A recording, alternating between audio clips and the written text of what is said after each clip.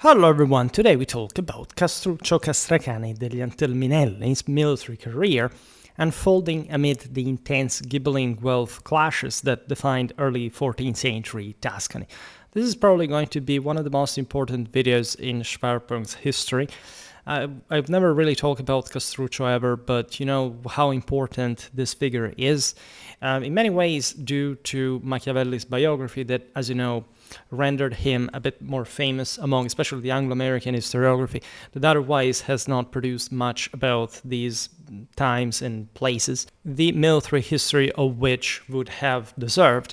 Unfortunately, the Italians themselves did not adequately research these topics so far, or at least there is a revival in this field, but in general there is not much accessible online or elsewhere for that matter, that in fact is also not a general history of these figures. And of course there are interesting studies. The best probably on Castruccio's life is by Louis Green, a recent, he passed away, but in any case was a contemporary historian from Australia, by the way, that wrote a beautiful biography of the ones that were usually written, I don't know, up to the 60s, that were pretty good, solid, eventually based on primary source friendly stuff. If you read Mallet, for example, that, of course, we don't talk bad about people who passed away in general, especially authors that renowned, like he obviously wrote very interesting things about especially sort of mercenary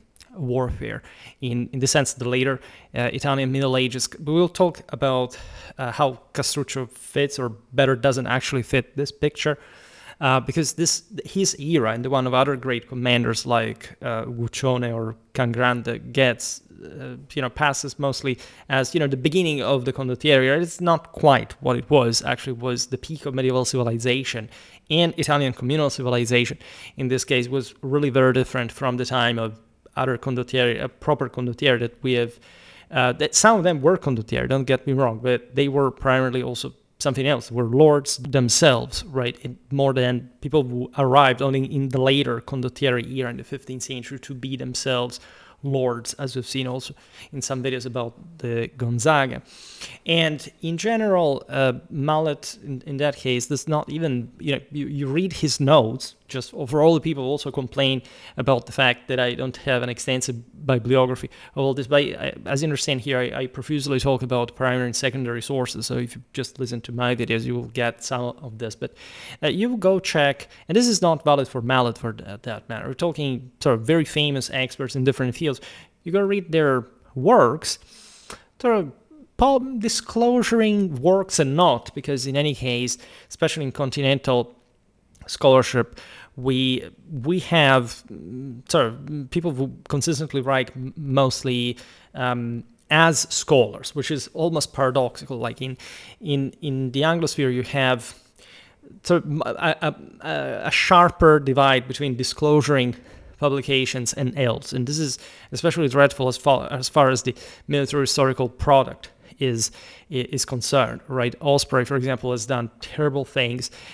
Even great sort of historians that are not properly formed as military historians since the beginning of their career, telling the truth, write, or they are invited to write because they're famous or whatever. And this is often not the best way of selecting this. But back to the point that even this more refined continental writers tend to cite something. You go read that source, because you legitimately, when you research, you want to say, where did they find the information? Because ideally, you always want to get to the heart of primary sources. You don't really trust the secondary ones. And you discover that what they said, what they claimed by citing a source is actually not said by that source, right? That is usually another secondary source for that matter. But these aspects aside, it's about time that the West and the world realized what kind of business men like Castruccio really were in by proper military historical analysis. And I hope that this video can be useful for anyone who's legitimately interested in this figure, again, has known of him mostly because of the popularization via Machiavelli, and that we can keep analyzing Italian late communal warfare in Italy. And as you know, this is a time I specialize exactly in the Holy Roman Empire. In fact, Germany, Italy, late 13th, early 14th century. This is my year, it's my favorite one, and I'm always very glad to make videos like this. Now, how do we talk about a giant like this? I'm going to take probably 2.5 hours about this. Castruccio wasn't even, as we will learn, the top commander of the era, or essentially more than his prestige also in the international arena, his foreign experiences, for example, made him. Right? There are great names like the aforementioned Uguccione della Faggiola, or the same Cangrande that, frankly, and other commanders like we described recently, Azzo Visconti, for example. Sciarra Colonna is another great figure. So there are obviously many, just for talking mostly from the Ghibelline side, that objectively had the best commanders of the era. But Castruccio enters the Legion due to his charm, the fact that he was handsome. Villani, this is very interesting about the sources of the time, that when these great men died, this is typical of Villani in particular, are described in their appearance, and you discover that most of these commanders were blonde and blue-eyed, and for what mattered to these other sources, Villani was a black Guelph, as a matter of fact. So he came from the mercantile elite. He was a prior of Florence. He actually was a magistrate that watched over the Florentine walls of the time, that found himself on different battlefields in the west, of either passing by merchant or diplomat, right? And so a popular man, after all, again, of grand status. That's what the popolo technically is in these Italian communes. And what strikes you is that regardless of political faction, these chroniclers were really struck by the characters that dominated the era. The fact that there was a baronial aura, and so heroic, champion, knightly, chivalric greatness around. And they hear about what they looked like. There's an incredibly traditional and primordial sense of, this stem from Roman times, looking at how people died, what kind of physiognomy they had to truly explain who they had been, right? Villani is also the first biographer of Dante, for example. And so when you read these sources, you realize that the greatness that this man had been held accountable in life was definitely something that was meant to remain in the memory of the local places, in these clashes that were, yes, in fact, based on the various communes, but were, in this sense, also international, as we will learn specifically for Castruccio and his English connections, the friendship with Ludwig of Wittelsbach, and more, right? And what I would like to make today is actually a military biography, by the way, because we could always talk in more general terms about these figures, as they really have a deeper historical relevance. And again, I think that a video wouldn't be enough. It's obvious that we'll come back on them. So I decided that, at least for the greatest commanders, regardless of their other political mansions, it's important to make videos that explain what their lifestyle was actually about, all the clashes, all the battles that they fought, not just the highlights, all right?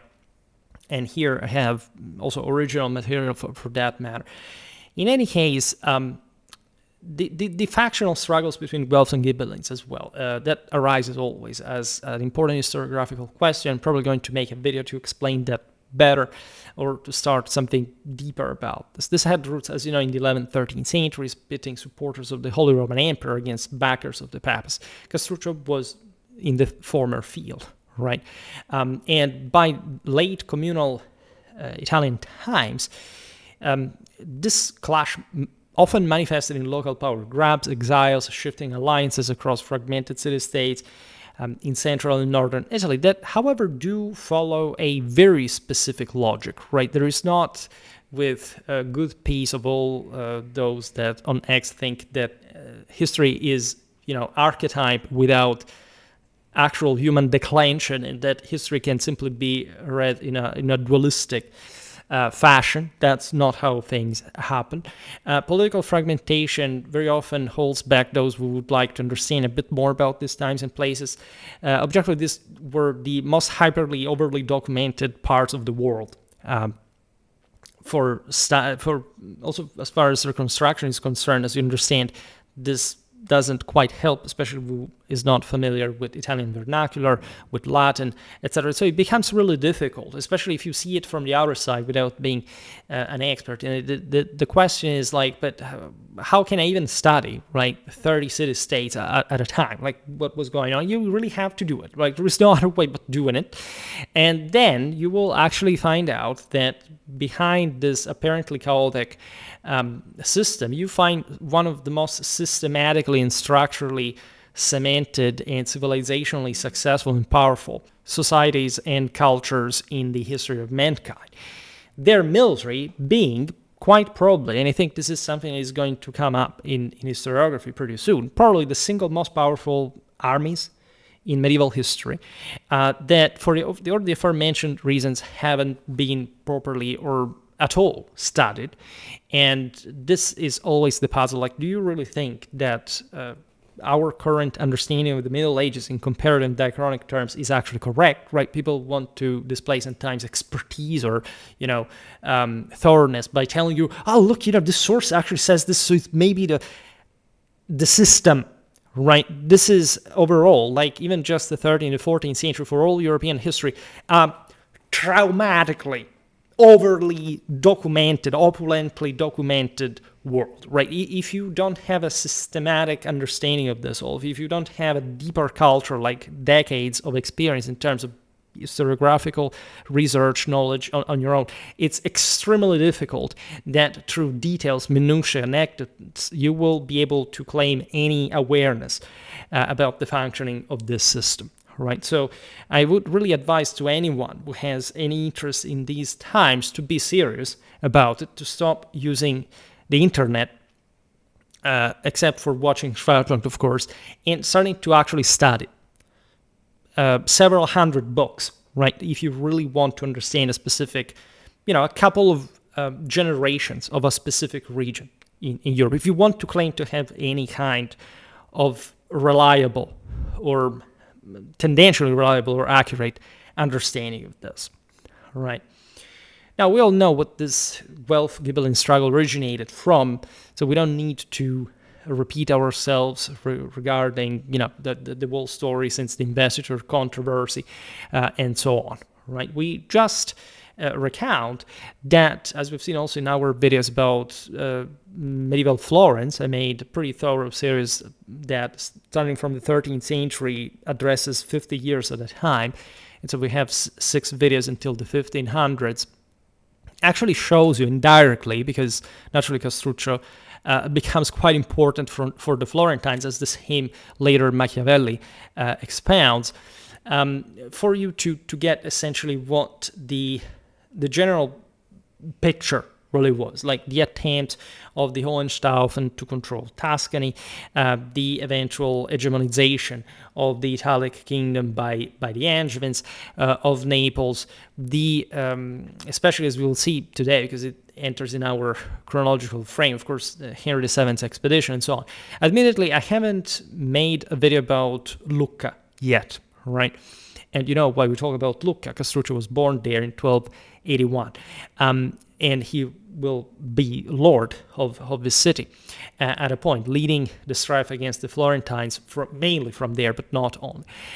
And I have been completing the historical regional series, of course, with partially we talk about Florence, Siena, Pisa. I tended to go for the most important ones. Next may be Arezzo.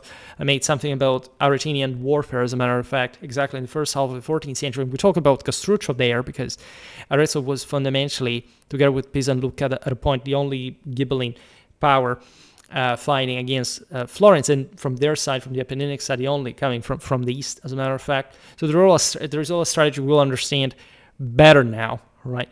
But if you're interested in general picture, those videos will do, and in any case, we're going to talk about medieval Lucca in other ways. I talked about late communal armies. We will come back on these topics routinely, obviously enough, but Castruccio is really a must in order to understand what goes on here. As we just said, Castruccio was born in Lucca in 1281 to a prominent merchant banking family with deep roots in local commerce, mining in Versilia, and landholding in the Contado and Garfagnana, right? Conceptually speaking, is always very important to stress that whenever you read this, there's a prominent merchant banking family. So you say, but these were third estaters. Actually not, right? The Antelminelli were a noble lineage, right? This was the name of his house. And in fact, the Antelminelli had long-standing ties to the Ghibelline faction supporting imperial authority against the papal-backed Guelphs.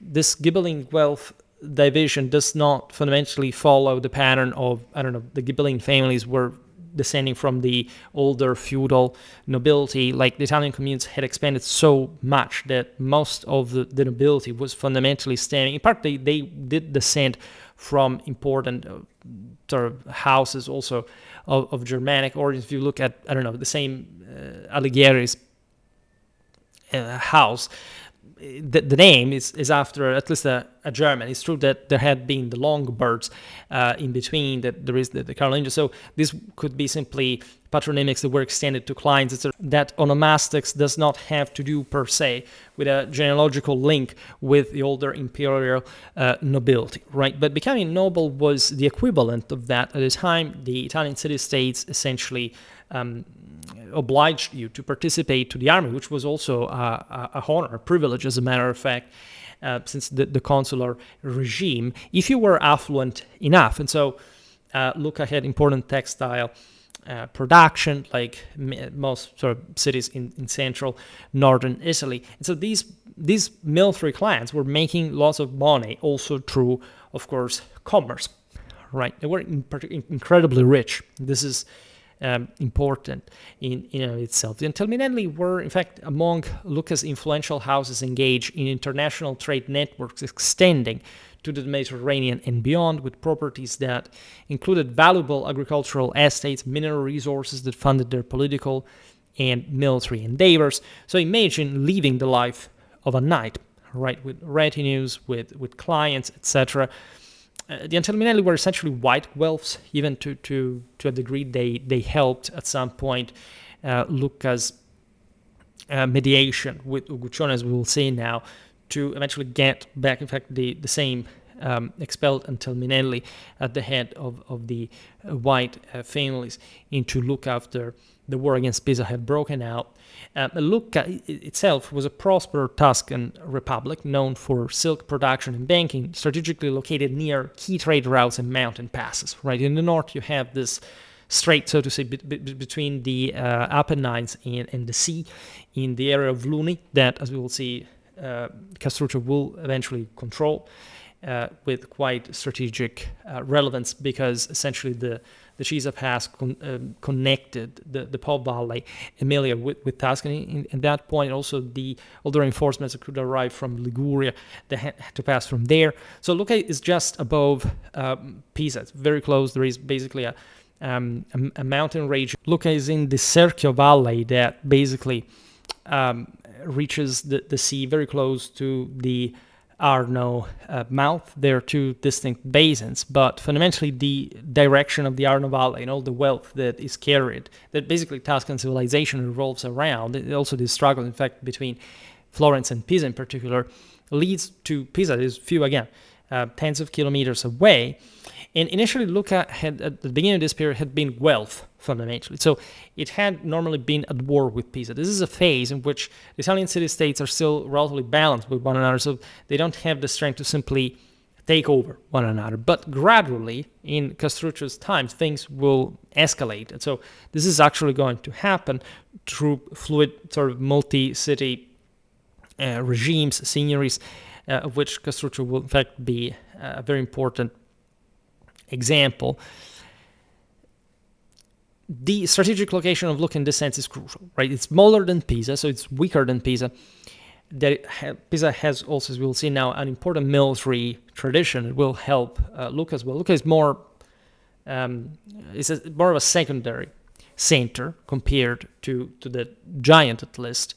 And it's also, again, shielded by the mountains. The Florentines, if the sort of general alignment of especially Pistoia and Prato is dictated by Florence, and there is a general wealth concord between the two, that the Florentines can and will send help to the Lucchese against the Pisans. At the same time, these communes, and especially the more republican ones like Lucca, do not have a, in this sense, being also lesser centers more exposed to the bigger ones. Again, I say Lucca is not this small of a place. Actually, it was a pretty populated city and district itself that at the beginning of the period expressed this more popular force, was typical especially of the Tuscan regimes, right, with pretty large amounts of troops, right, very high proportions of infantry, as a matter of fact, cavalry dominated still. So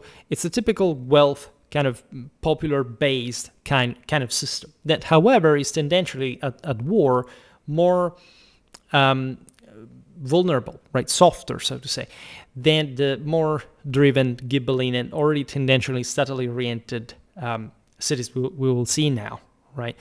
Pisa in particular had the best army of the period in strictly qualitative terms, tactically wise. They weren't the strongest in numerical terms, but they had the best military in as much as they had also the best politically balanced regime of the time. In these generations, we have the so-called popolo signories, which essentially means like a popolo that, as we've seen before, is actually quite rich and affluent, and collectively decides from the top, of course, the popolo having its aristocracy, its council, etc., to be led by strong figures in the form of condottieri de facto. There were also podestas who had different titles that, however, had not a grip on the city. Right, this especially is the case of Pisa. In fact, it doesn't allow for a monarch, de facto, an authoritarian ruler to impose his own monarchic regime, right, like in other cities. And this in part derives from the robust Roman maritime tradition of the Pisan commune. Another aspect, like being Pisa was the only maritime republic that had both, in fact, a maritime domain and an actual interland where to expand on, right? Genoa had the mountains behind, the same had been historically true of Amalfi in the south before the Normans arrived. Venice was on the lagoons. Instead, Pisa had to always contend with other Tuscan cities, especially being at the mouth of the Arno. So, especially for Florence, that was the largest city by this point. It had been rapidly growing in its black wealth orientation, very adverse to the Ghibelline Pisa historically. Needed supplies, needed grain, right? And there were other avenues through the Siena in the southern from that section of the Sienese district on the southern coast of Tuscany could make it arrive grain, etc. So this tells you also how supply lines, logistical chains worked at the time. But the Pisans controlled almost the entirety of the Tuscan coastline. That's why, for example, Dante was so hateful towards Pisa, etc., because the Pisans had always played another game. They had always sided with the empire. They had never really wanted to give anything to these other more continental centers. And at this point, the general wealth hegemony over central Italy is starting to press the systems to the point, in fact, that a general decline of this quite affluent but sort of morally declining wealth engine system is showing cracks. And Lucca is exactly a system of that kind. Its economy, as we've seen, thrived on the export of high-quality silks, banking operations rivaling those of Florence, even. And so there was a potential there for something greater, for something that could support even a more aggressive and potentially professional military force that instead the wealth regimes tend to avoid, because they don't want a strong man with a professional army that can crack down on dissent. But as we've seen, there is also this quite a palpable strategic relevance of Lucca as far as its control over vital passes that facilitated commerce between northern Italy and the Tyrrhenian coast was concerned. Garfagnana, the mountainous Apennine valleys north of Lucca, rich in forests, chestnut groves, and stone resources, provided both defensive high ground and economic assets that local lords fiercely contested as well. Up mountain were important feudal houses that still were anchored in their grim fortresses overlooking the plains from the Apennines, and not wanting to give way. Like, this was a problem if you look at, for example, the Parmesan interland from the other side of the watershed. I documented in my video about Parma how impossible, fundamentally. It was a sort of parallel state within the district, up mountain, that admittedly wasn't that powerful, resourceful, but that in general could dictate who could pass and who wouldn't, right? And the bigger city in the Po Valley was more of a popular one as well. From that side, a wealth regime did not fancy expeditions in the Apennine heartland, where lots of bad things could happen. Now, back to Castruccio. He was exiled and today, again, remember this, we talk only about his military exploit, right? That's the focus. We will, en passant, say other things, but in general, we will just now show what he was made of from a military standpoint. He was exiled in 1300 with other white Guelphs, including members of the Antelminelli themselves, by the victorious black faction led by Bonturo Dati. This purge was part of the broader white-black Guelph split, where the more moderate whites were ousted by radical black Guelphs who aligned closely with Florence's aggressive expansionist policies under leaders like Corso Donati. They actually wanted to make of Florence a signory under his own control.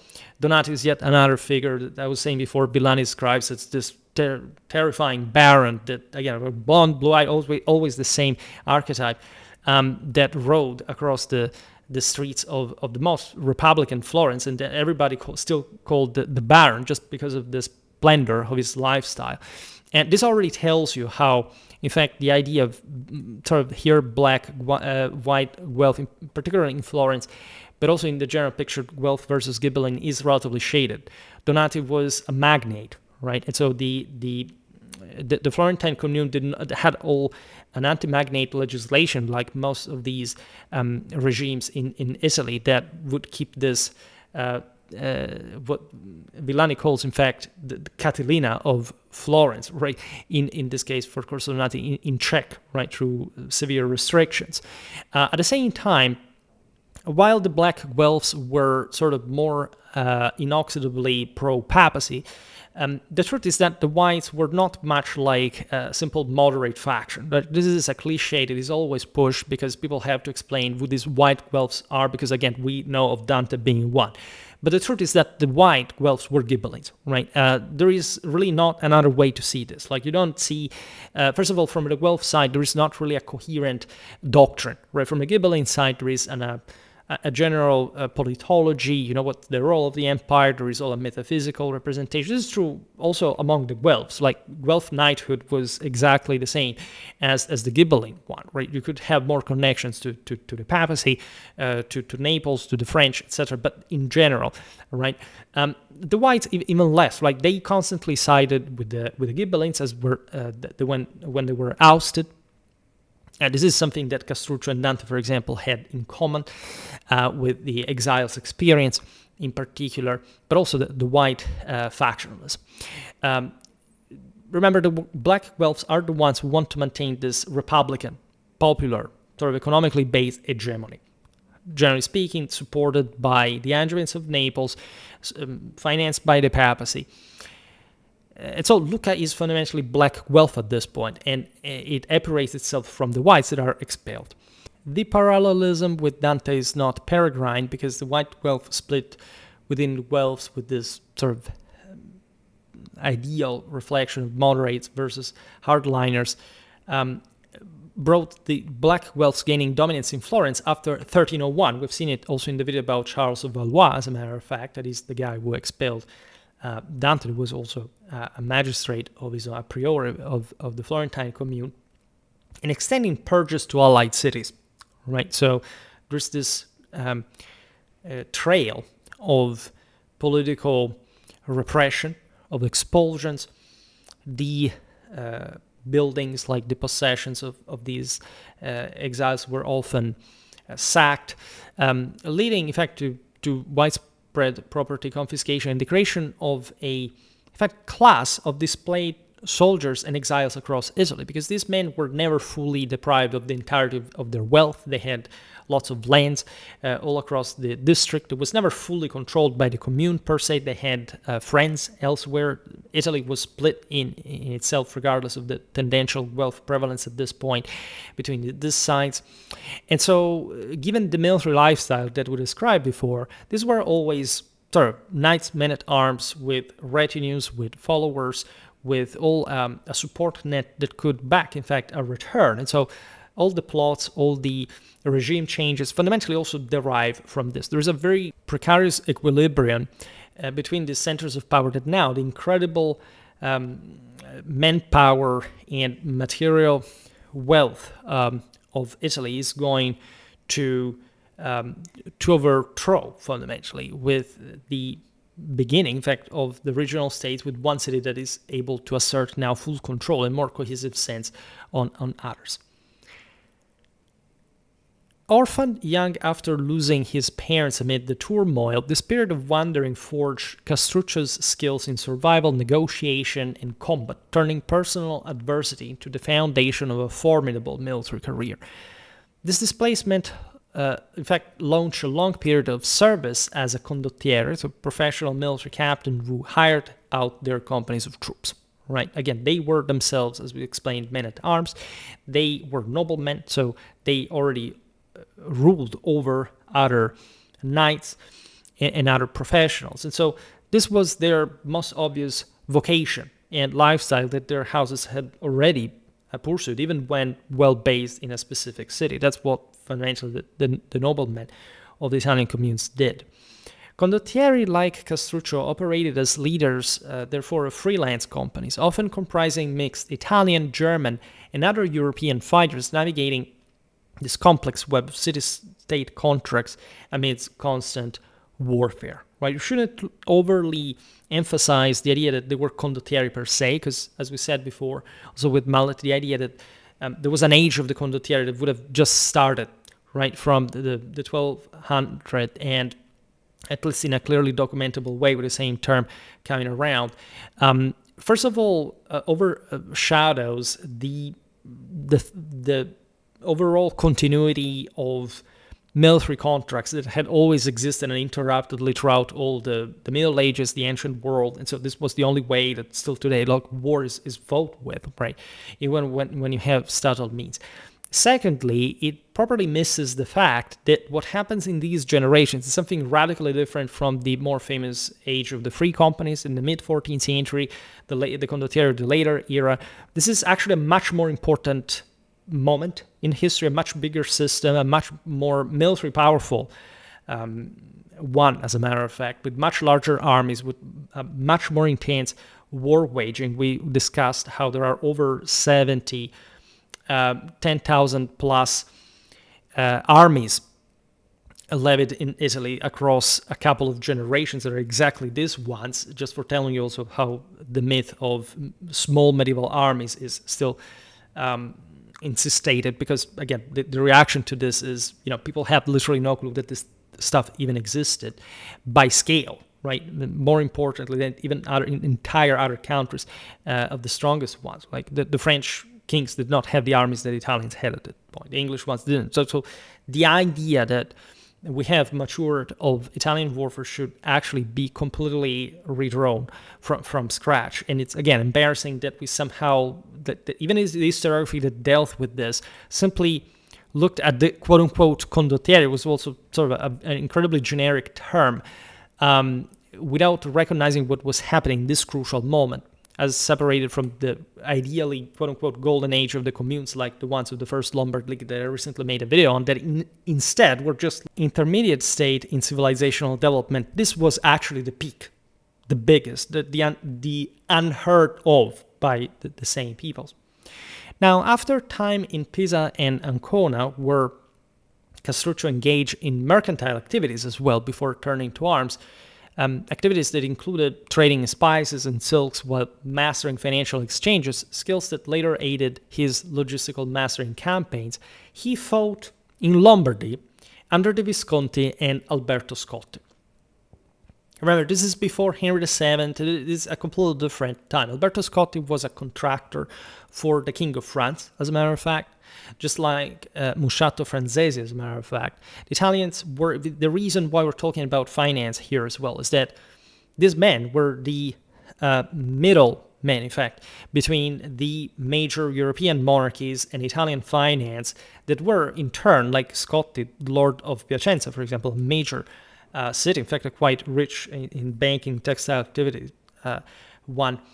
And in fact, providing some of the finest troops, as we will see now, if you look at these years, for the Franco-Flemish War. And that's where Castruccio's military career becomes already incredibly interesting, right?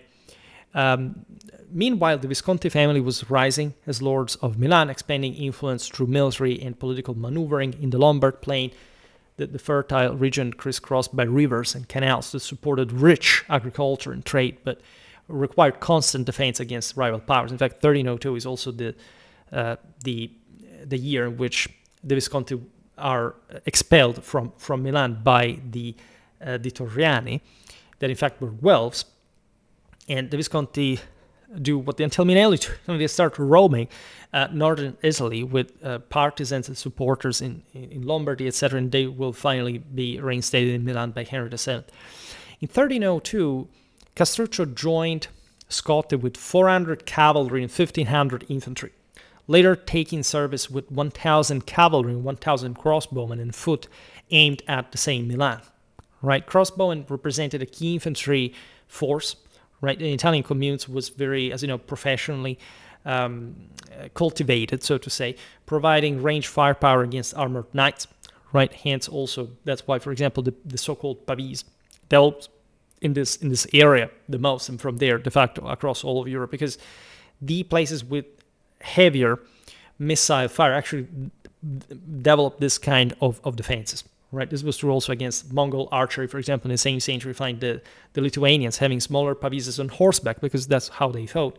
And interestingly enough, like we think here that, as we will see later, crossbow firepower was equivalent or even superior to the longbows. Then in any case, were practically by scale the same thing. Like by conventional standards, again, that didn't even make much of a difference whether it was the longbow was used or the crossbow was used. The 100 Years' War do not actually prove at all like any superiority or inferiority of the two systems with one another. Also because all the time the crossbowmen were defeated with the Genoese and the French armies, the English had important advantages starting from number and terrain, etc. So that's practically incalculable, and there is no evidence whatsoever, as you know, that the magnificent English victories of the 100 Years' War had virtually anything to do with the longbow. Suppose they could have had crossbows, it would have been the same, right? If you point everything on technology, basically say, it's just technology. No, it's, English civilization that made that. So, and again, you want to really appreciate it. And we're talking here, again, I'm partially addressing these military aspects, also technological ones, because they were important, right? Crossbowmen were equipped with powerful steel crossbows at this point, capable of piercing plate armor at distance, complementing heavy cavalry charges and becoming a staple in Italian warfare, even though, again, they were pretty universal in Europe at this point, offering tactical flexibility in both sieges and open battles, right? But you want to appreciate the proportions, because especially in northern Italy, infantry force is not necessarily weaker, but there is a tendential professionalization that points to quality rather than quantity. I mean, the Lombard armies were pretty big anyway, but let's say there is a higher direction, right? The popolo never rules this commune. So lords like the Torriani, for example, will invest more in professionals, knights, crossbow. They don't like to arm too much the people, per se. Castruccio defended Vaprio d'Adda against the same Matteo Visconti's 800 cavalry and 1,500 infantry, forcing a retreat into the Brescian territory. So you want to appreciate that these men met, right? Sometimes in the sources we It's not like here I can say, look, we don't know whether they actually happened. There are some instances that are very well documented, others that are not. I will point out which ones they are, which one they aren't. In any case, these early engagements demonstrated Castruccio's tactical acumen in defensive stance and coordinated withdrawals, experiences that informed his later use of terrain advantages in Tuscan battles. Hilly and marshy landscapes of central Italy will help Castruccio, as we will see, especially at Alto Pascio. Castruccio moved northward, however, at this point, serving in England at the court of Edward II, where his skill in tournaments and games earned favor before a homicide forced his departure. Right? Tournaments, needless to say, served not only as martial training, but also as venues for networking among European nobility, allowing Castruccio to build alliances and demonstrate prowess in chivalric combat. As you know, Edward II's reign was marked by baronial clashes and military campaigns in Scotland. This was a veritable military offensive as far as infantry warfare was concerned, offering opportunities for foreign mercenaries amid tensions with powerful English nobles over royal favorites and fiscal policies.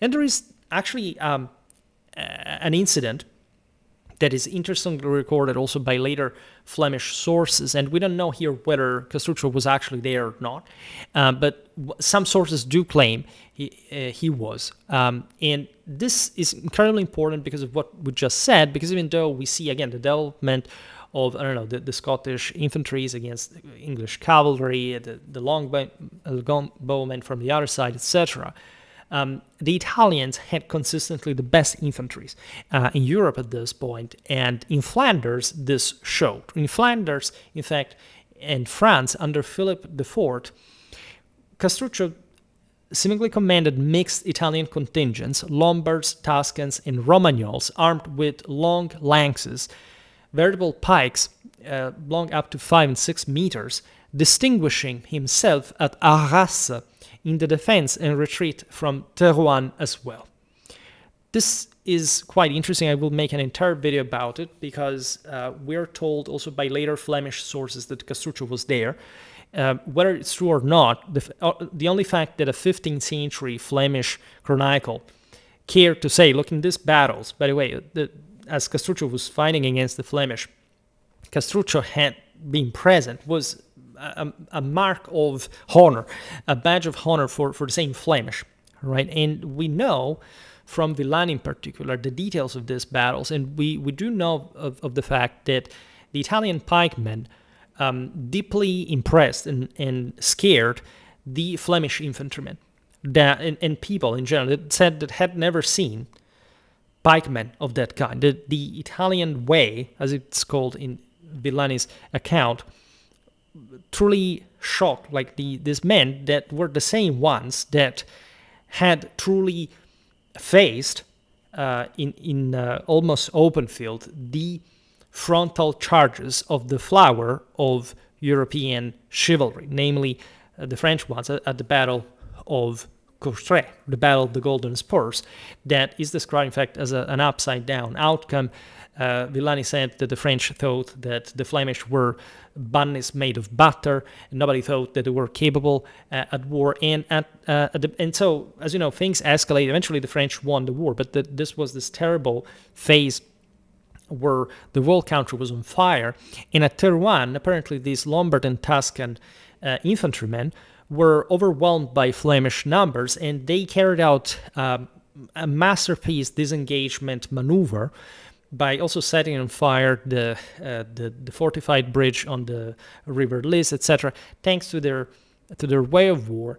And they also sustained important sieges and launched sorties, counterattacks, etc., quite, in this sense, proving their quality over peoples that did indeed gain infantry victories, unlike the Italians that always stuck to their cavalry. But in fact, should be a bit reconsidered in terms of respective quality. It's not just because an infantry wins somewhere in Europe, it automatically means that countries that conventionally maintain cavalry as the dominant arm have a weaker infantry than those countries that gain those victories. This is a very common misconception, and actually I'm also going to make a video to explain how probably the Flemish had received quite some Italian influence from their own counts of Dampierre that had actually been living in southern Italy as Angevin vassals and came back home during the Flemish Revolt, as well as the fact that, as we explained in the recent video about the wars of the First Lombard League, that the first infantry face-to-face with heavy cavalry holding ground against, in fact, imperial forces had occurred in Italy, and this had probably brought a massive confidence as a ripple effect across all those estates in Europe that had really never thought probably to escape their moral and material inferiority that the feudal elite had relegated themselves in, right? Besides, again, the entire frequentations of Castruccio are quite incredible. Royalty. Philip IV, known as Philip the Fair, as you know, concentrated French royal power through wars against England and Flanders, employing different mercenary forces in wars like the Franco-Flemish Wars. We know that there were Italians and there were Spanish. This is very interesting because if you look at even at early modern warfare during the Renaissance, as you know, in England themselves, the technicians, mercenaries of different kind, gunners, specialists mostly, were imported from southern Europe, as together with other means from other countries. Service under Philip the Fair thus exposed Castruccio to large-scale feudal armies and combined armed tactics involving heavy cavalry charges and infantry support.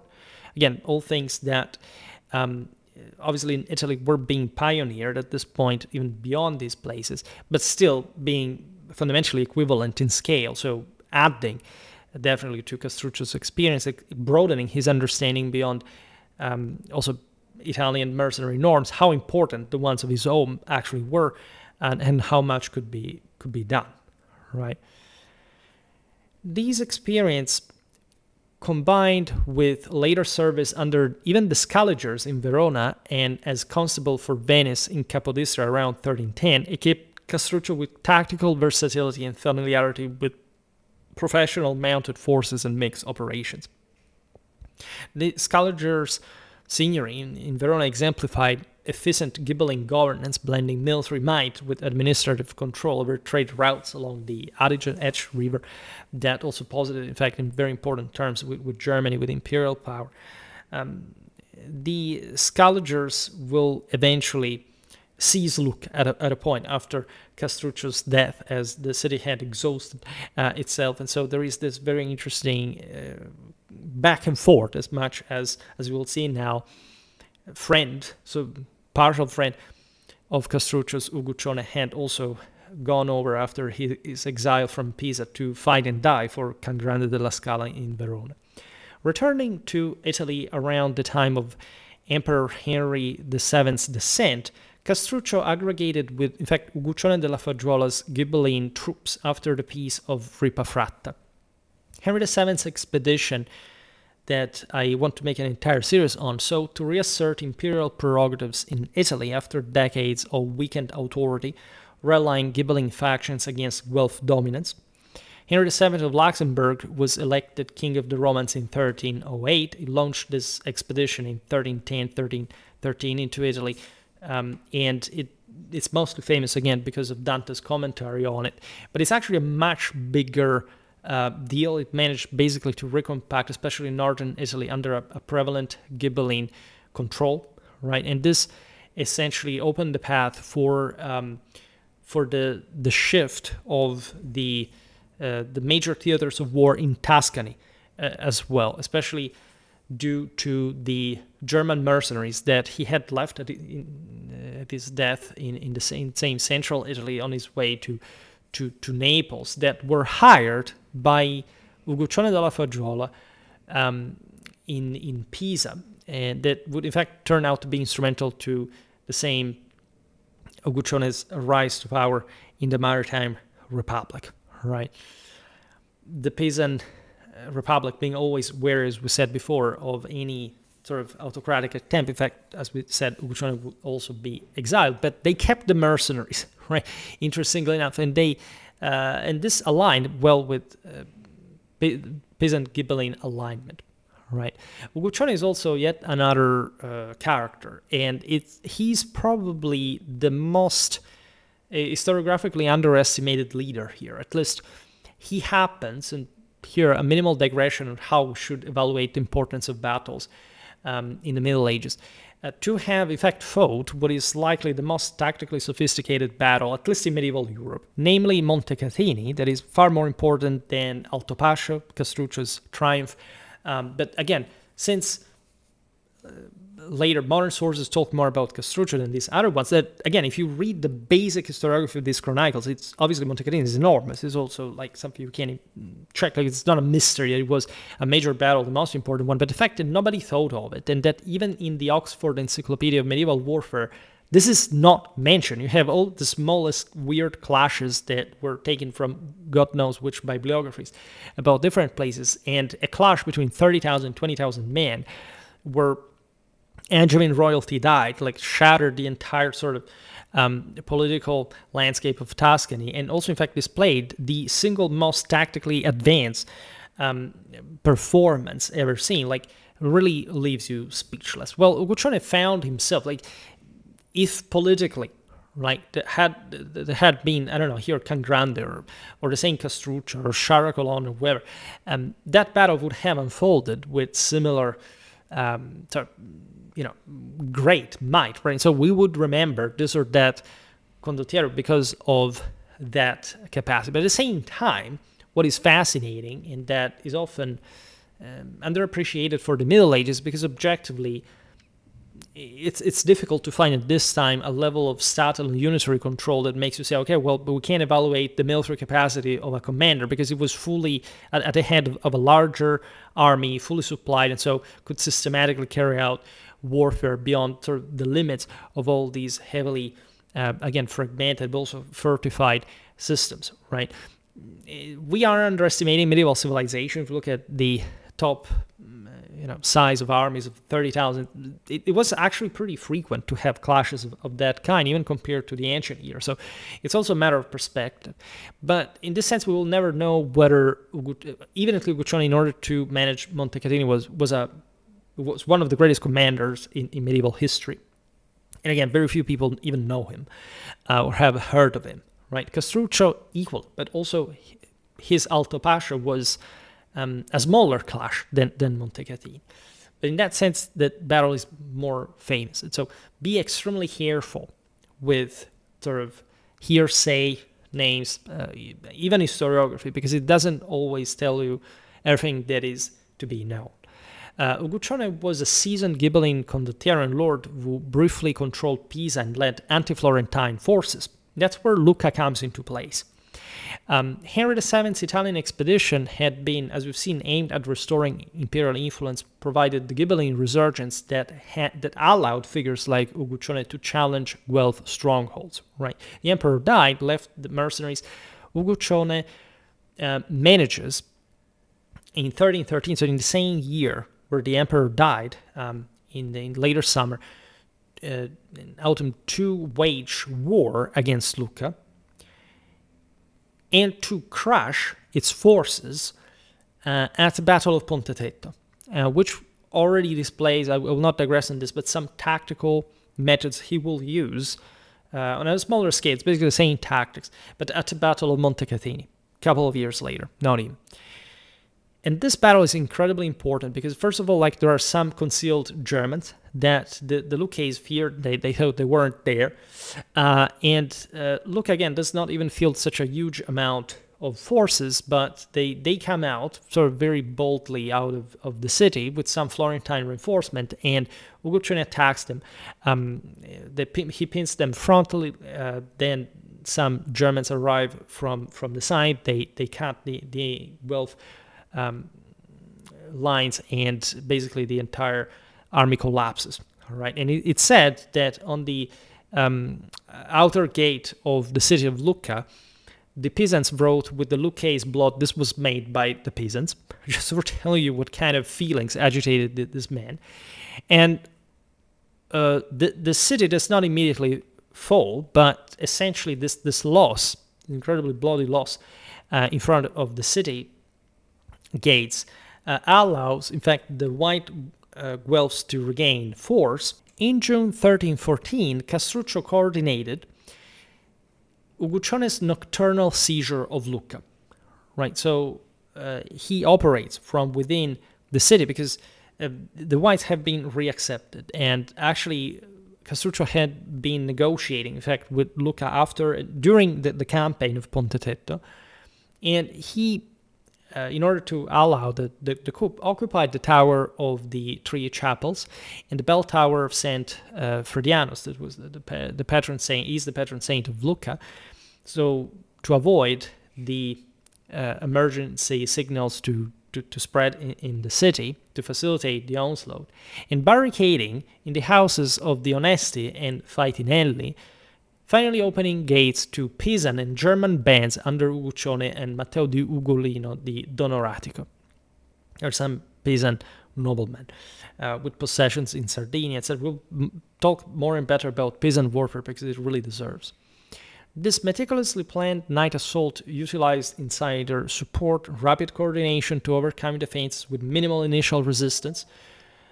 Uguccione showed up probably at dawn in front of Lucca, so this was all very well planned, adequately softening up Lucca's defenses by raiding its district, etc. So this is really typical. We don't have all the time in the world to describe the overwhelming amount of details, again, that we have about this stuff. And so we know, of course, that Castruccio was well versed also in urban warfare tactics.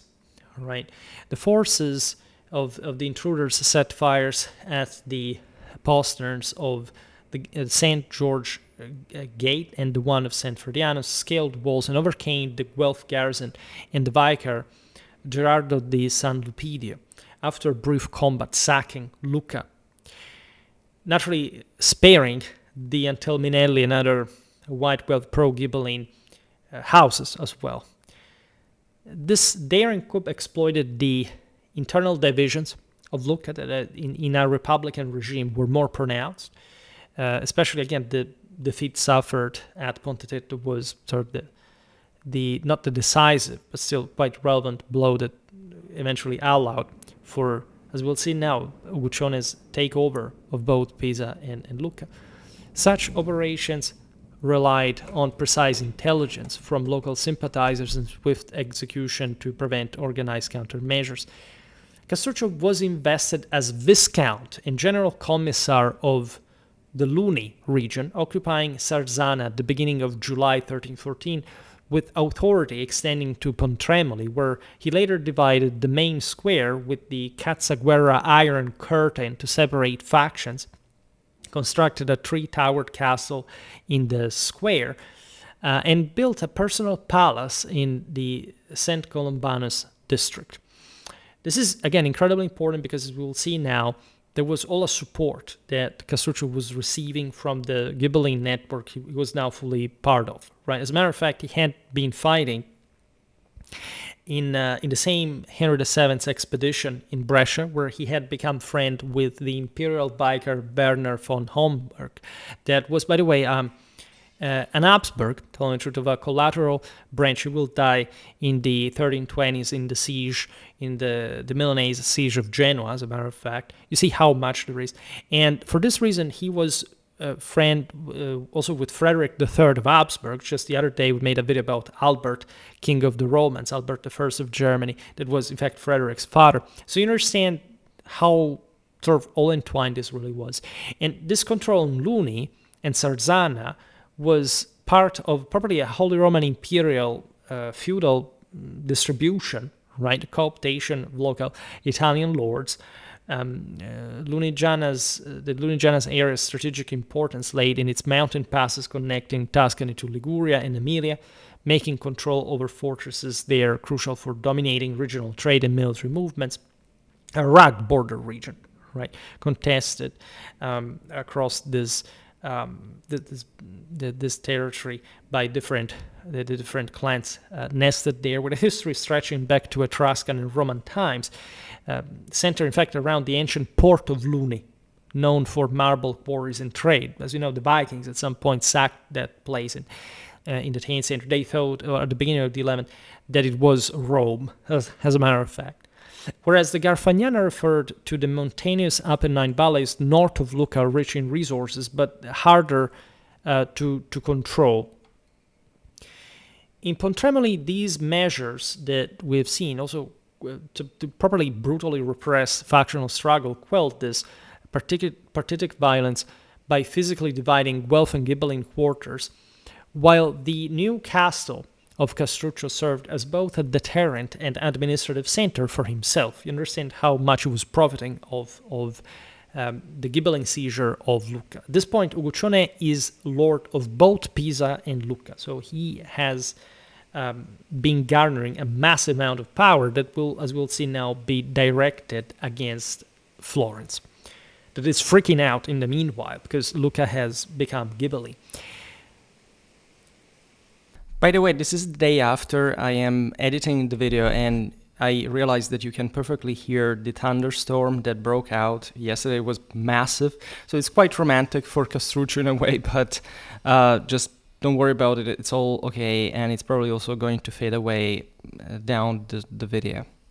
Castruccio commanded 40 cavalry and 1,000 infantry from Sarzana at the Battle of Montecatini on August 29, 1315, contributing to the Ghibelline victory over the Florentine-led Guelph League and Angevin forces under Philip of Taranto and Charles of Calabria.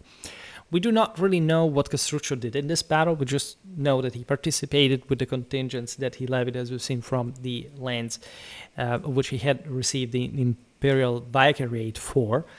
And probably these were good troops, because just like the abodes of Uguccione, the ancestral lands of Uguccione, this Apennine valleys were, in fact, the place of origin of those military lineages that were more into, in fact, mercenary lifestyle. This had been for the Montefeltro, for the della Fagiuola, and so on. We don't need to repeat what military career Castruccio had. So, again, probably he was in the third battle line, because that's where fundamentally we understand that the Pisans and the various allies really were. Because in the second battle line, there were the Germans. There is also a first line of so-called feditori that were picked troops, and I don't think that Castruccio was there, in particular for reasons I'm not going to explain now, but we'll see it better in a video about the Battle of Montecatini. The battle is incredibly important. The Guelph forces were more numerous than the Ghibellines, as far as we understand, and yet they were ultimately outmaneuvered in the Val di Nievole's terrain. Right, there is very briefly. There is this faint first line, so to say, really camouflaged force of squires that crashes against the first Guelph line that, as it's crossing the Bora stream, is attacked by the aforementioned Feditori. Then you have the second line advancing. You have the German attacking the Angevin center, and there is flank attack by German knights, supported by an incredibly orderly, filed by rank volleys by the hyper-drilled professional Pisan crossbowmen that shattered the Guelph Angevin infantry, the Florentine pikemen. And this combined armed tactics brings to the collapse of the central line of the Guelphs.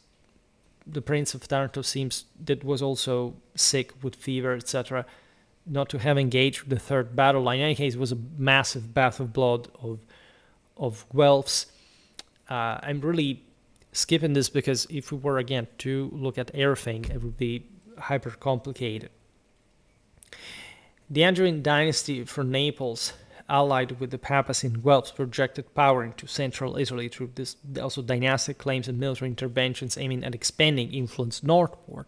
The Guelph disaster at Montecatini was a major setback, carried out, by the way, by the Ghibellines, that together with the German mercenaries of Henry VII bore into battle the insignia with the severed head of Conradin of Swabia, right? And all this resentment that won, in fact, the Angevins dead after what had happened. This is incredibly ideological in nature. If you look at Uguccione's letter that he sent to his allies in Liguria after the Battle of Monte Cassino, there is all a praise of the Germans. There's not even a mention of the fact that one of his sons that had fought in the battle had died at the head of the Feditori, as a matter of fact, together also with the Germans. So, incredibly fascinating stories. We know that Castruccio's forces, alongside Matteo Visconti, secured supply lines from Viminaya and St. Martin in Colle. So essentially, Matteo Visconti was the Lord of Milan, had sent help to Guccione, and then he intervened when the battle hung in balance. We don't know for the rest what Castruccio did in particular, right? Probably, again, when the third line advanced, it was needed to clear probably the battlefield from the remnants of Angevin forces. Probably Castruccio helped drive the enemy into the Guisciana marches, where over 10,000 Guelphs were killed or drowned, while Ghibelline losses remained far lighter. Right. In any case, being sort of in charge of a detachment in this battle, either battle line, was a major privilege and a massive military school, right? This was the greatest battle of the era, and in fact, actually probably the largest in medieval Europe, right? So, priceless experience.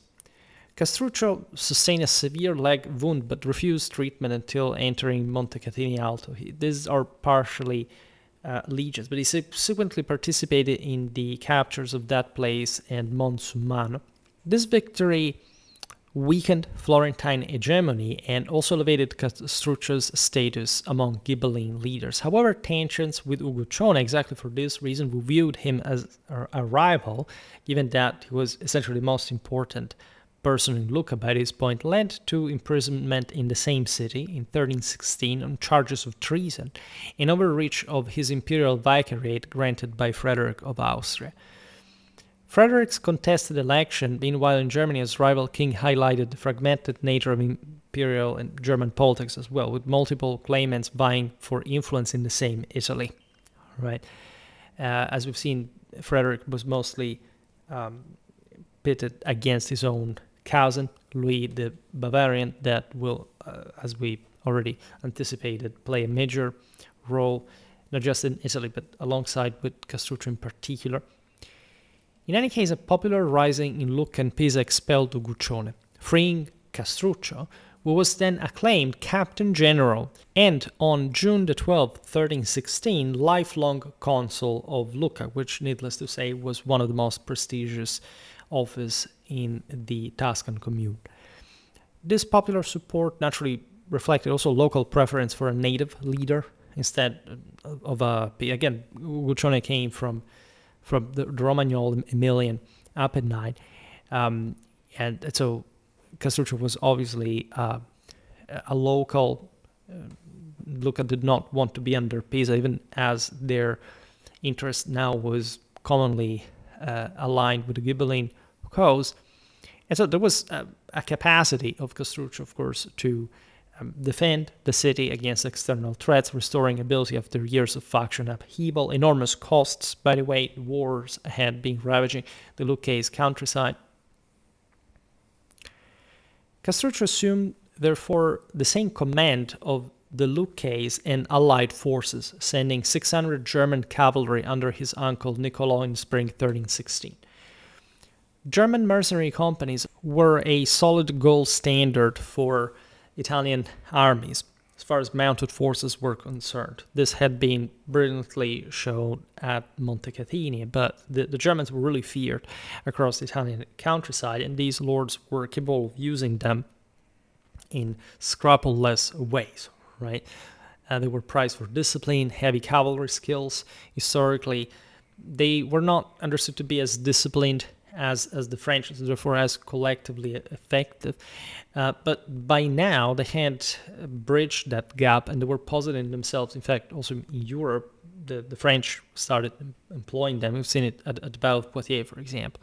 There's a bit of a constant in the 100 Years' War as well, exactly for those breakthrough roles, right? The Italian nobility practiced warfare, but the oligarchization in the Italian communes, the gradual autocratization brought to the general disarmament of the locals.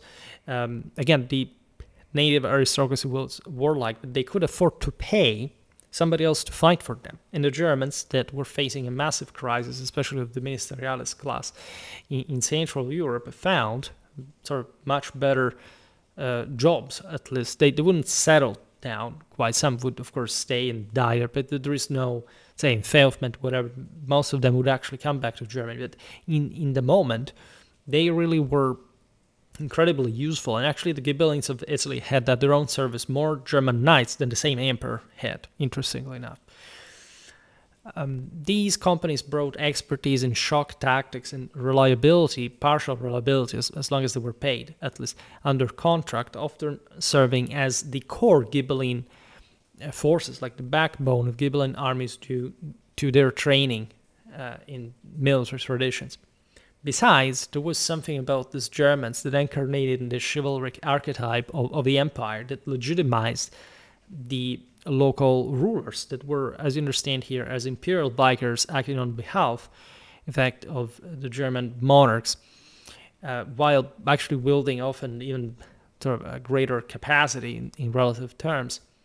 Castruccio subdued rebellions in Corellia, in the Garfagnana, recovered Vinci, and secured Sarzana again while constructing the Bastia of Sarzanello, whose elevated position allowed oversight of key valleys, serving as a base for rapid response to threats from Liguria.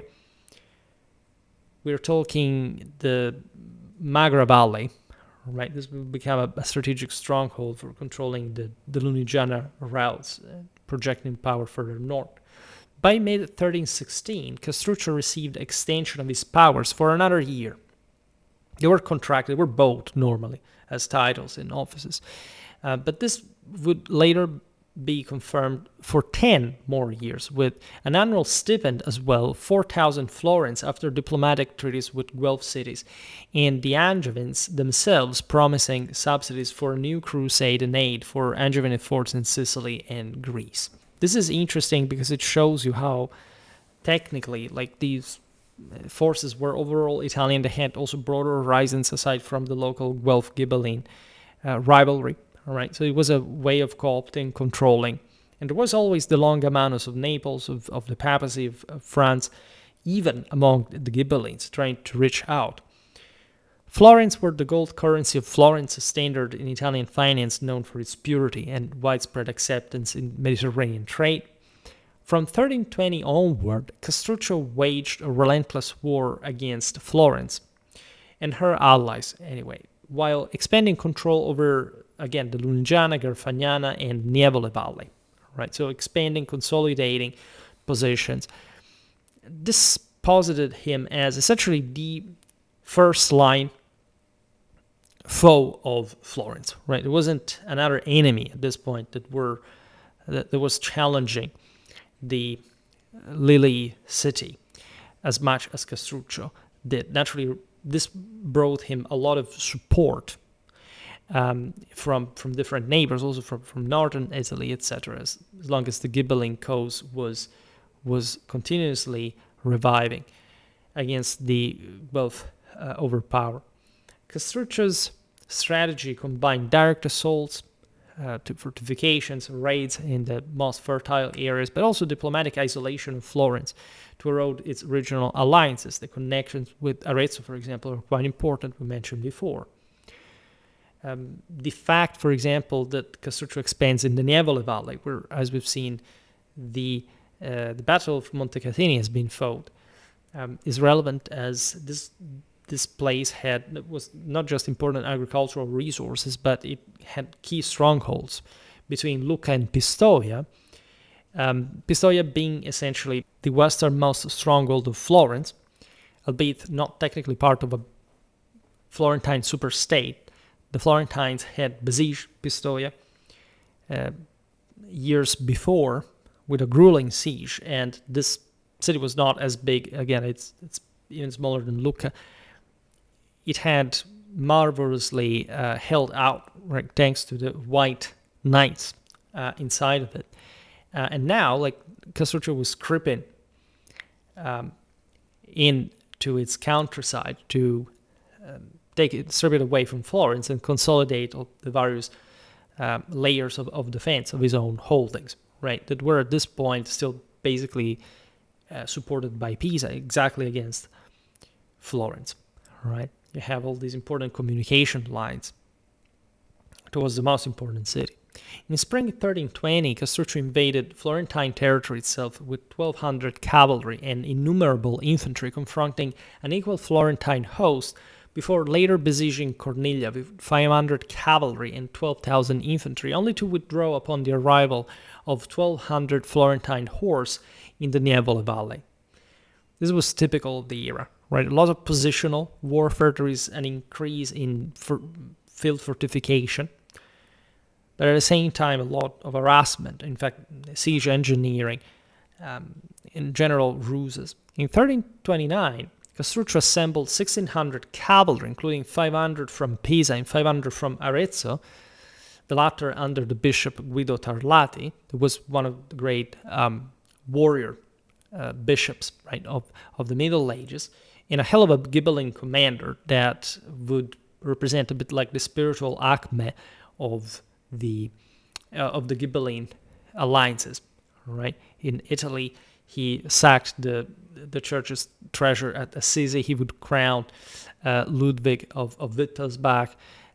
He had been emplaced by Henry VII in Arezzo as a lord de facto. He had accompanied the emperor in the pilgrimage to the Averna monastery. So you have these very interesting characters that coalesce against Guelph power. And you have, together with this force, a great mass of infantry, as always, to break the Florentine siege of Montevettolini. You want to appreciate the scale here. Like, we're talking thousands of cavalry, tens of thousands of infantry. Or these are big armies. In order to find them in other regions of Europe, you don't have to search for too long, but the frequency by which this happens in Italy is really unparalleled in other parts of the continent. Then Castruccio devastated the Sienese in Florentine countryside with 800 cavalry and 8,000 infantry. Siena is also black Guelph at this point, even though there are some interesting houses there that always quarrel in the city and have tendentially also pro-Ghibelline, pro-white sentiments. Florentine responses included deploying 100 cavalry under Giulione dell'Uliva, arming over 1,200 cavalry and innumerable foot under Guido della Petrella, and supplying Spinetta Malaspina with 300 cavalry and 500 infantry, later reinforced by Malaspina's own 100 horse. The Malaspina were a noble family with holdings in the same Lunigiana, often aligned variably in factional wars. Spinetta was actually considered the most knowledgeable knight in this period of Italian politics. Many lords, various communities that are always sought his advice, right? This guy participated to all the great battles of the era, very often also from the losing side, but garnering an unprecedented military knowledge that everybody, and sort of general reputation, as you understand, as much as he survived to begin with, and participating with very small forces, because, again, these mountain seigneuries do not have really much to put on the table, but crack forces, right? Really elite, rough mountaineer breeds that really could tip the balance in different circumstances. In September 1320, the Florentines entered the Nievole Valley to counter Castruccio's advances with 1,200 cavalry, forcing, in fact, the Lord of Lucca to abandon the Corniglia siege. In 1321, the Florentines recruited 160 helmeted cavalry and 160 Friulan and German mounted crossbowmen against Castruccio. When we talk about helmeted cavalry here, it speaks of the Great Helm.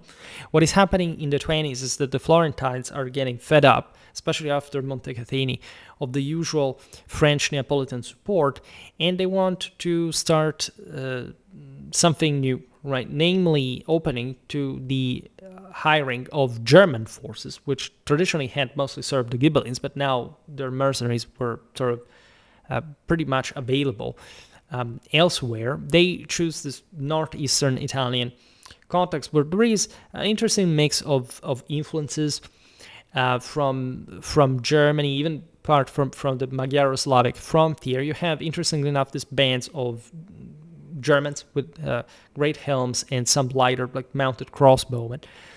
And there are also Italian forces, and they're a bit rougher. Again, if you're interested in Friulan history, I made a video about that. We'll come back on it.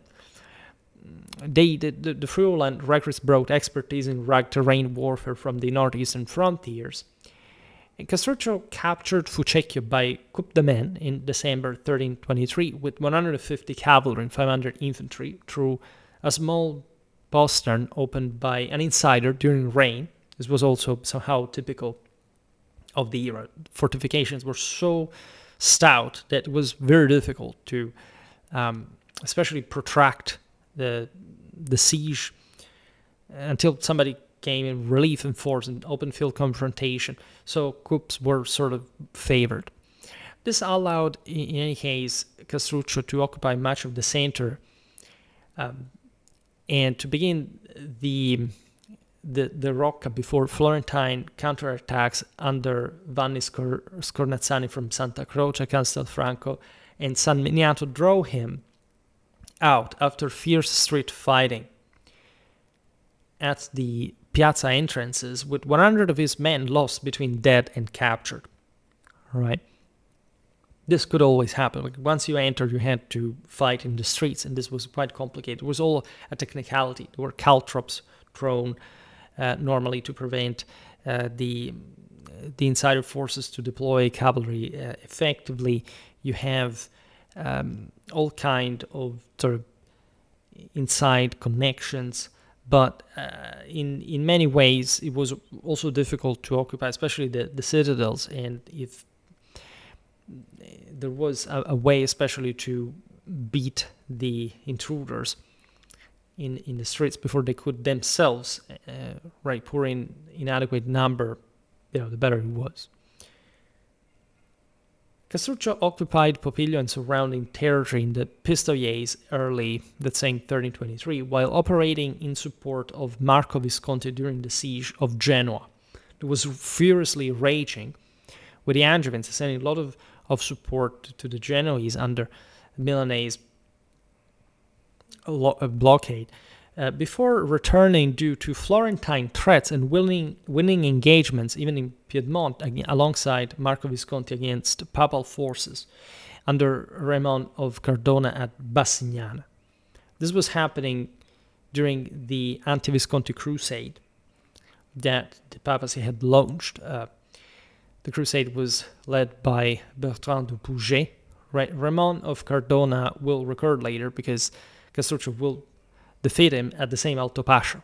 This was a papal commander, was of Occitan origin and at the head of the Guelph forces in 1325 in Tuscany. Skirmishes continued through 1324, including a May action near Castelfranco, where 150 of Castruccio's cavalry were defeated by 120 men under the Count Novello and 100 Florentine horse after a prolonged fight. In March 1323, Florentines sent 75 cavalry and 400 foot to Lucca in Garfagnana. This was a minor force, but they could infiltrate and harass Castruccio's positions. Castruccio later assaulted Sommo Colonia, suffering a serious wound from a stone. This is rugged terrain.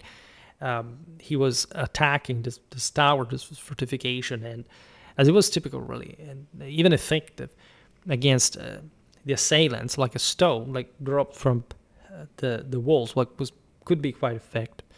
Castruccio lost consciousness. It took really months for him to recover. At this point, he managed, however, also to corrupt Jacopo di Fontanabuona, that was the leader of those Friulans that the Florentines had gained, obtaining in fact 200 of his cavalry who defected thus from Florence. In July 1323, Castruccio advanced on Prato. Right, Prato is between Pistoia and Florence, so it's further east of his own positions, and it's basically the gate to the Florentine district. Right, it's a small commune, but in this sense, it's still an important stronghold. Castruccio advances with 600 cavalry and 4,000 infantry, so it's a relatively cautious move, against a Florentine Sienese Bolognese host of 1,500 cavalry, 20,000 foot, including 4,000 exiles, 415 Sienese cavalry, 1,600 Sienese foot, and 200 Bolognese horse, ravaging the territory so thoroughly that several communities received tax exemptions for a year. Right, this is the cost of war. Naturally, such devastation also did aim at some sort of economic damage, weakening enemy resolve and resources over multiple seasons. Right, the countryside, the district, was obviously exposed. Like, you could shut yourself inside the city walls, but let's say the supplies from the countryside had to keep going. So you understand how complicated, especially if you're fighting against an enemy that routinely his position a few tens of kilometers away in this Daedalus of Italian cities, like how complicated, how constant pressure, right, you're going to get. In 1323, Castruccio dispatched 300 cavalry to aid Pisa, while the Pisans sent 500 horse to him in May 1321, and maintained 1,000 cavalry in Sardinia even that year. As the Pisans were technically, obviously, always invested in their overseas possessions up to this point.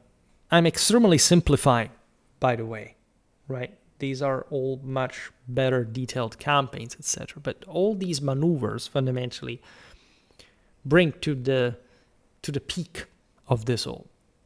In 1325, when the campaign against Pistoia and Florence triggers, in fact, a major Guelph response and culminates in a major pitched battle.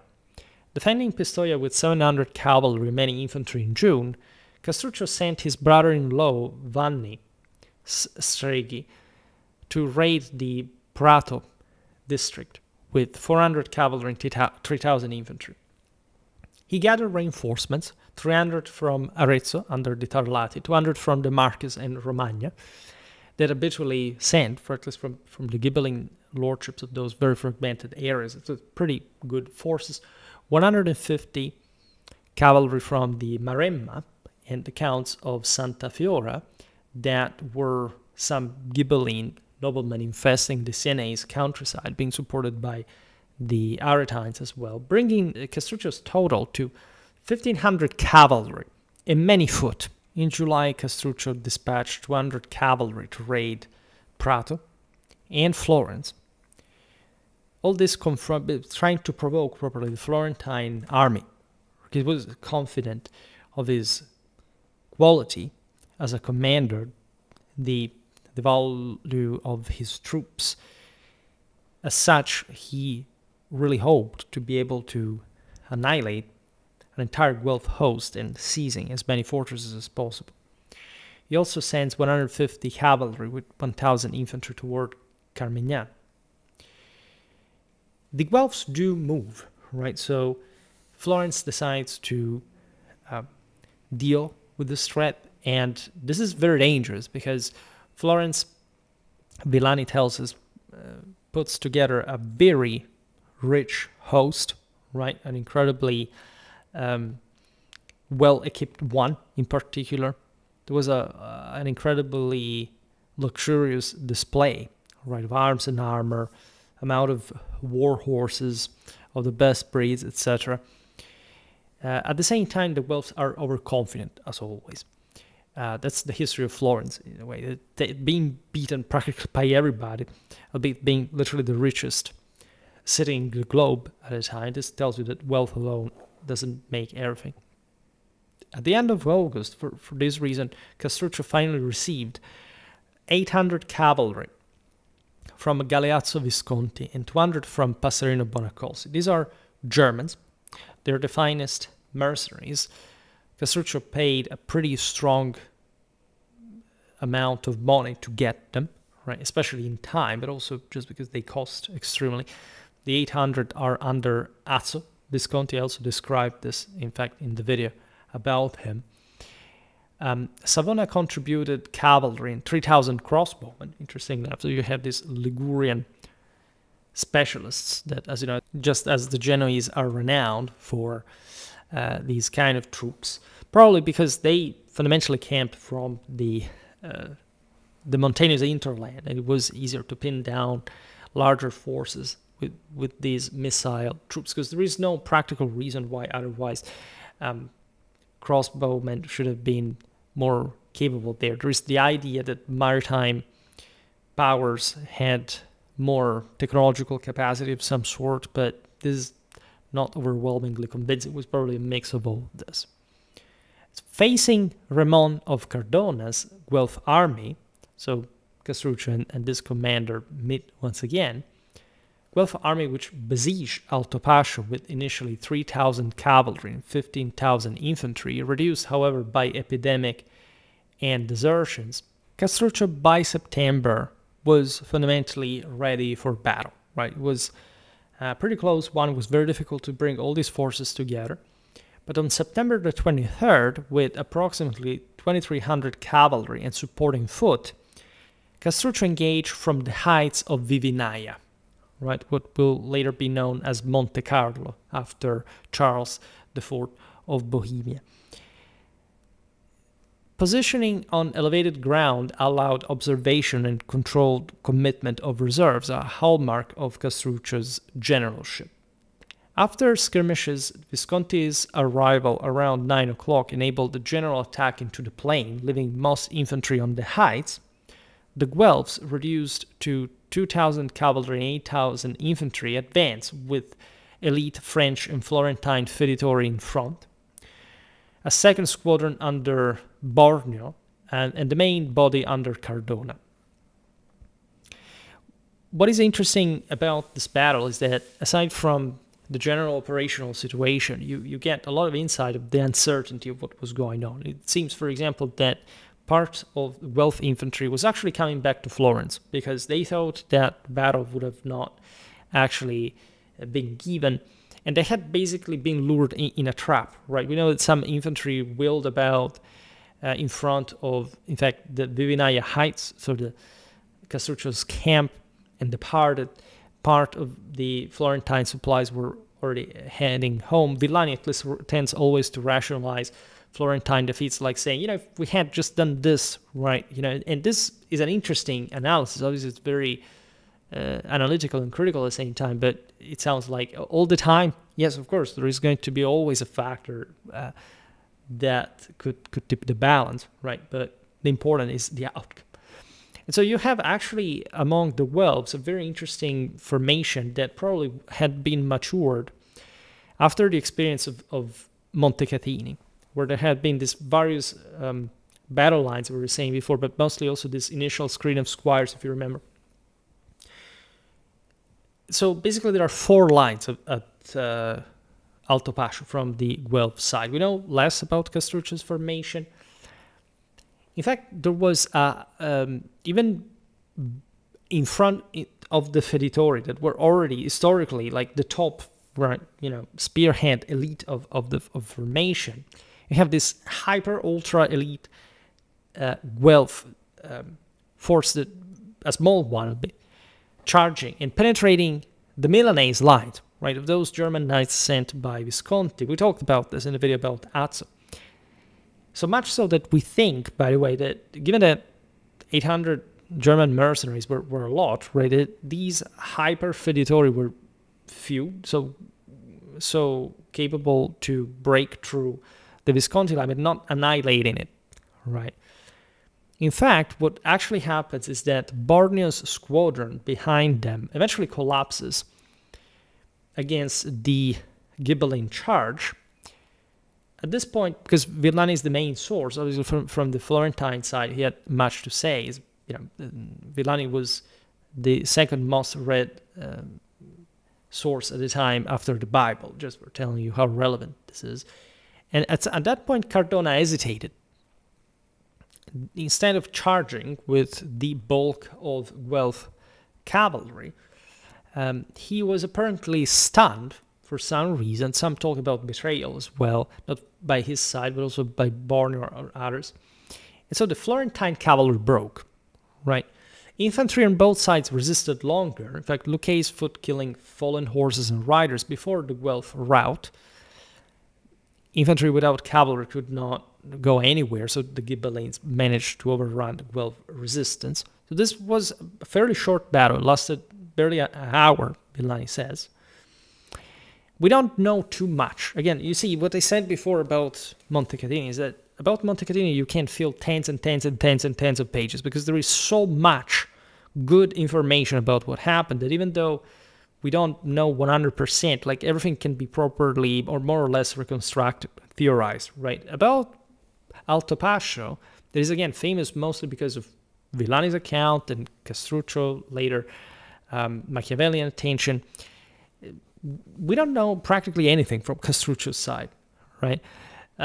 We just know that Castruccio's German cavalry seized the Capiano bridge that was beyond the Florentine line. You know, the Guelphs were fleeing. And so these German knights probably had been used as an outflanking party, right? Or they outrun the Guelphs, but it's unlikely. Like, blocked the retreat, causing many enemies to drown in the Guisciana. So interestingly enough, this mechanism mirrors what we've seen at Montecatini, at Pontetetto, etc. And again, many of these Germans, as we've seen, belonged also to the Milanese, to the Mantuans. There is no doubt, however, that Castruccio made an important use of these German knights. It's possible, by the way, if not likely, that there was actually a flank attack during the same battle of Altopascio, but just we don't know that. And it turns out, if you actually study these battles, there's always some kind of hint, like this one, by the way, that there was some concealed party somewhere, that this was practically ubiquitous, major engagements. In any case, what truly matters here is that the Guelph army is annihilated. Losses for the Florentines reached about 5,000 dead and captured. That on an army of a few tens of thousands is a staggering amount of losses, including Cardona, by the way, his son William, nephews, many French barons, 40 leading Florentine horse, and numerous others. The entire camp with baggage fell intact in Castruccio's hands, which meant really a lot in terms of logistical gains, supplies, weapons, prisoners for ransom or exchange. There's no doubt that the Battle of Altopascio represented the zenith of Castruccio's military career, masterful use of elevated positions for phased assaults and exploitation of enemy fatigue and disease, resulting in the near collapse of Florentine field strength in Tuscany, and earning him ducal titles later on from Emperor Louis the Bavarian over Lucca, Pistoia, Volterra, and Luni. Right? Why is this important? Because effectively, truly, like Florentine forces, and therefore the cornerstone of Guelph power in Tuscany, is annihilated. And so just as after Montecatini, the Ghibellines managed to reach the outskirts of Florence, right? After Altopascio, actually even more, right? There are some avant-posts that the Florentines are defending, etc. So it gets messy. The problem with Florence is it's so big that it's practically impossible to simply attack, right? So the objective was trying to cause a regime change or some kind, but not even these massive triumphs of Montecatini and Altopascio, again, demolishing Florentine field army, managed to have Florence collapse. It had been the same case at the siege that Henry VII carried out of the city, right? The Florentines were almost annihilated in open field at the Incisa Pass, but the city was so big, and even the emperor's army was too small, right, to besiege it, that basically Henry is obliged to abandon the city itself. So here, the same thing fundamentally happens, but Castruccio also gains a big deal of control. You see here, for example, in Volterra as well, that is, as you know, an important city in central Tuscany that had up to that point been gravitating around Florence, right? Was in the Florentine sphere of influence. It will actually remain that because Castruccio does not last forever. You also realize that Lucca's resources were limited, right? And they're also partially running out. So there is mostly a net, again, of Ghibelline alliances, as we've seen here with Visconti, with Pisa, etc., that supports Castruccio in this. Besides, Azzo Visconti's German knights will move with their commander to the siege, to break the siege of Monteveglio by the Bolognese in the Apennine further north, right, in the following month, leading to the coalition victory of Zappolino and the War of the Buckle. You have, in fact, the Milanese, the Mantuans, and the Scalagers crushing a massive Bolognese army and arriving, similarly what had happened with Florence here in Tuscany, up to the outskirts of Bologna, right? And so there are similar, this is a similar strategic outcome, turning to be the heyday, right, of Ghibellinism after the peak of Montecatini.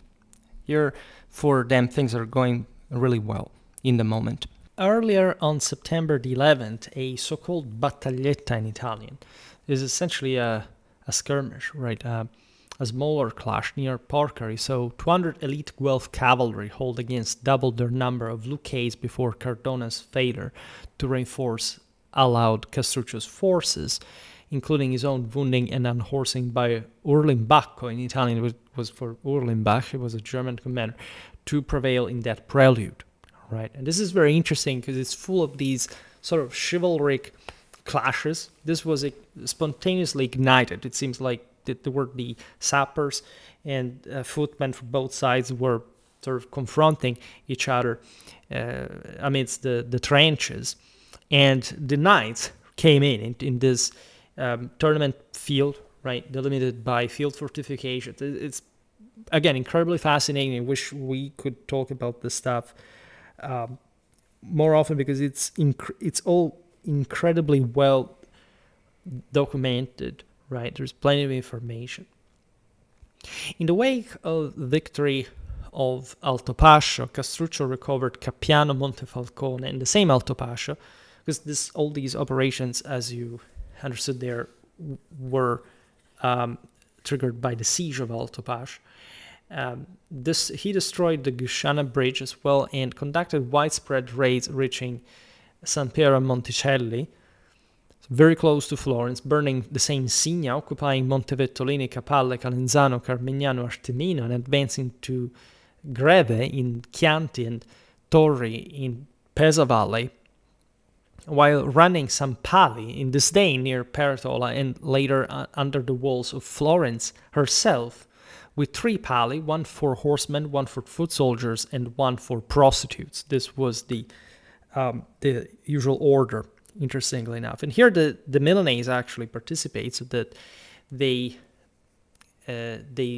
had satisfaction for what the Florentines had actually done by sending some troops with Bertrand de Pouget to besiege Milan years before, right? So you have this early rivalry between Milan and Florence already underscored by these events. The purpose of this was basically saying that the Florentines were cowards because they would not come out as they had been suppressed in open field. And so the Lucchese could have this defile in front of the Florentine walls, including everybody, right? So the commoners, the prostitutes. And so this was actually a big deal of traditional value to this. I mean, like you're not even able to beat commoners or prostitutes. And so these symbolic races under enemy walls served really as psychological warfare, humiliating opponents and boosting Castruccio's morale. Just for detailing the forces that were employed in these operations, before Florence's walls, Castruccio and Azzo Visconti stood with 2,000 cavalry. We are in late October, all right, so 1 month after Altopascio. That's also when in the following month, Castruccio raided the Prato district with perhaps 500 cavalry and 1,700 infantry, evading a Florentine blocking force of 200 cavalry and 2,000 foot at Calenzano, and besieged Montemurlo with 300 cavalry. All right. It's in winter 1326 that he shows up also with raids at Signa. On February the 19th, with 700 cavalry and 2,000 infantry, Peretola was reached in February 25th with 800 cavalry and 3,000 infantry. Right, so this is a hard moment because the Florentines can't mobilize it. So also operations continue in winter because there is no opposition. Right, so even though logistics is strained, still the Florentines are at their lowest. This was worse than after Montecatini, telling the truth. Right, after Montecatini, there wasn't much of a way to push so close to Florence. So this is very interesting, as Castruccio actually achieved the most damage to the Florentine countryside, even though Montecatini's defeat was sort of more important. Right. In May 1326, Castruccio ambushed Pietro di Narsi's attempted betrayal of Carmignano, using 400 cavalry and many foot against the Florentine force of 200 elite cavalry and 500 foot. Castruccio supported Louis the Bavarian from 1327. As you know, the emperor, the king of the Romans at that point, was descending towards Rome, in fact, to get his imperial crown. Castruccio reaches Viterbo with 300 elite cavalry along the imperial expedition and 1,000 Genoese and Tuscan crossbowmen, entering Rome himself on January the 7th, 1328, with 1,500 armored lance cavalry in full harness that were billeted there in the urb's palaces, interestingly enough. And this all together with Ludwig the Bavarian, that, as we'll see now, had actually conferred him with really important posts along the way. While there, the Florentines under Filippo di San Gineto seized Pistoia, however, with 600 cavalry and 2,000 Prates foot against its garrison of 150 cavalry and 500 foot. Filippo left Simone della Tosa with 250 cavalry and 1,000 foot. This was incredibly upsetting because, as we've seen, Pistoia was basically the most important bulwark between Lucca and Firenze. As a consequence, Castruccio raced to Pisa, back to Pisa, so he leaves the emperor. All right. Pisa, in the meanwhile, has been plundered by Ludwig the Bavarian. The Antelminelli had to basically play along, right? But at the same time, he basically uses his Ghibelline Italian position to regain the confidence of the peasants, right, to partially abandon the emperor in this. He goes back to Pisa as a staging area for intervening against the Guelphs in Pistoia with 1,400 cavalry and 1,000 crossbowmen. In April, he sent 400 cavalry and foot to aid Montemassi against the Siennese, who fielded 900 cavalry and 6,000 foot. This period is interesting because Montemassi and the area around Grosseto, etc., was being recovered by the Siennese after the passage of Ludwig. And you have important figures like Guido involved, like in these wars, that the Siennese will immortalize in the famous fresco that I partially also use here. So Castruccio is effectively holding Ghibelline power in Tuscany, aside from Arezzo, that is allied but also distant, right? He has to rush, these various corners of his possessions as the Guelphs are trying to push back. On May the 13th, Castruccio sent his son-in-law Filippo Tedici with 1,000 cavalry and many foot to threaten Pistoia, besieging it fully on May the 30th with 1,700 cavalry and 30,000 infantry. During the 1328 Pistoia siege, Castruccio ringed the city with multiple camps at sites including the Renemmi Mill between Ripalta and Giardino gates, The new road at San Desiderio Monastery with high wooden towers and Bertesche, between Pusterla and Via Cava, and between Acquarella and the Prato. This is interesting because the military engineering displayed by these Italian armies is insane. Like Villani describes all these fortifications on different occasions. It says basically, look, if we read what Caesar wrote about his double circumvallation of Alesia, right, we have gone beyond by this point. Is this very interesting early 14th century acknowledgement of medieval military engineering that really is quite interesting from a historiographical perspective. The siege of Pistoia is quite serious because, again, over it is being fought essentially all the achievements that Castruccio had obtained before and after Alto Pascio. His encircling positions with engineering works isolated the defenders, cutting off supplies and reinforcements systematically. The Bertesche were wooden defensive projections extending from towers or walls. Castruccio cut roads, dug ditches, erected barriers and marvelous palisades, deployed gatti, grilli. These are names of animals that, as you know, were indicating some specific siege machinery, wooden towers, conducted mining via covered way from the mill. So a marvel of military engineering of the time. You have these siege engines for battering walls and undermining defenses, while mining involved tunneling to collapse fortifications. Frequent assaults met determined resistance from the 300 Florentine cavalry and 1,000 foot under Simone della Tosa, plus citizen Guelphs who sortied, damaging the besiegers. Typical siege tactics of the era. Pistoiese foot, in particular, conducted a major sortie, breaching their own walls secretly, burning Pisan wooden castles between Ripalta and Giardino, because here there were both, as you understand, Pisan and Lucchese forces, under cover of Genoese crossbowmen on the walls, then repairing the breaches. This is very interesting, because consider that the walls and the fortifications blockading them were normally positioned exactly at crossbow maximum range, right? So everything that had been happening in between was naturally under crossbow fire.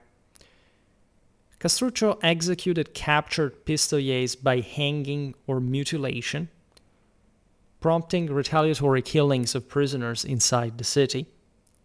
Such harsh measures aimed to terrorize and deter resistance, but also escalated the cycle of brutality common in medieval sieges. When the Florentine relief army of 2,600 cavalry and 8,000 foot under Jean de Beauville and Versuzio Lando advanced, Castruccio shifted forces, consolidated camps at Cerullo with 800 cavalry and 10,000 foot, refused open battle due to inferior cavalry numbers, and fortified with ditches, palisades, and trees there, forcing the Guelphs to withdraw after days of skirmishes.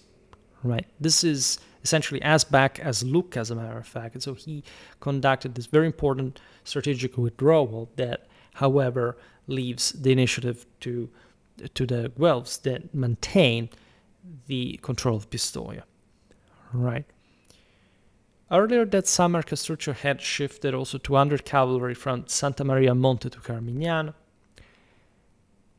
In 1329, after his death, the Florentines retook Carmignano from its 70 cavalry and 500 foot garrison with 800 ultramontane, that is, Transalpine cavalry, and 5,000 foot. Right. Throughout his operations, Castruccio maintained pressure through winter campaigns in the Pistoiese and Garfagnana, constructed bridges over the Lima and other streams for mobility, restored and strengthened rocche such as those at Ghivizzano with adjacent captains' quarters for garrisons of about 40 soldiers, fortified Monteggiore with a residential palace, linked settlements in the Garfagnana with roads and bridges, and erected the Bella Spera fortress in Pistoia, named after his son Valeriano. What is interesting is that Castruccio also named his children with the same names of famous members of the Luxembourg imperial house. For example, Henry, like Henry VII of Luxembourg, Valoran, like the brother of the emperor, had died in the expedition, Gardneria, like the Marshal Berner von Homburg that we recounted before. That's how intense Castruccio's Ghibelline ideology really was, right? Probably he is the one who incarnated this at best, if anything, also to receive further recognition from different sort of polities, in primis the empire, but also his Ghibelline allies, because compared to Milan or Verona, Castruccio didn't really have much of the same power, right? He managed to mobilize this incredibly large amount of resources in the interest of Lucca's potential, effectively exhausting its local resources. In fact, after Castruccio, Lucca will have sort of pretty decadent spiral, so to say, into sort of occupation for the side of other players in the scene, from the Scaliger's to the Florentines. Lucca suffered of this at some point, just out of sort of this enormous effort it had made against Florence. And this sort of insistence on Ghibelline ideology often, in fact, derives on an international level from the sort of relative instability of one's condition.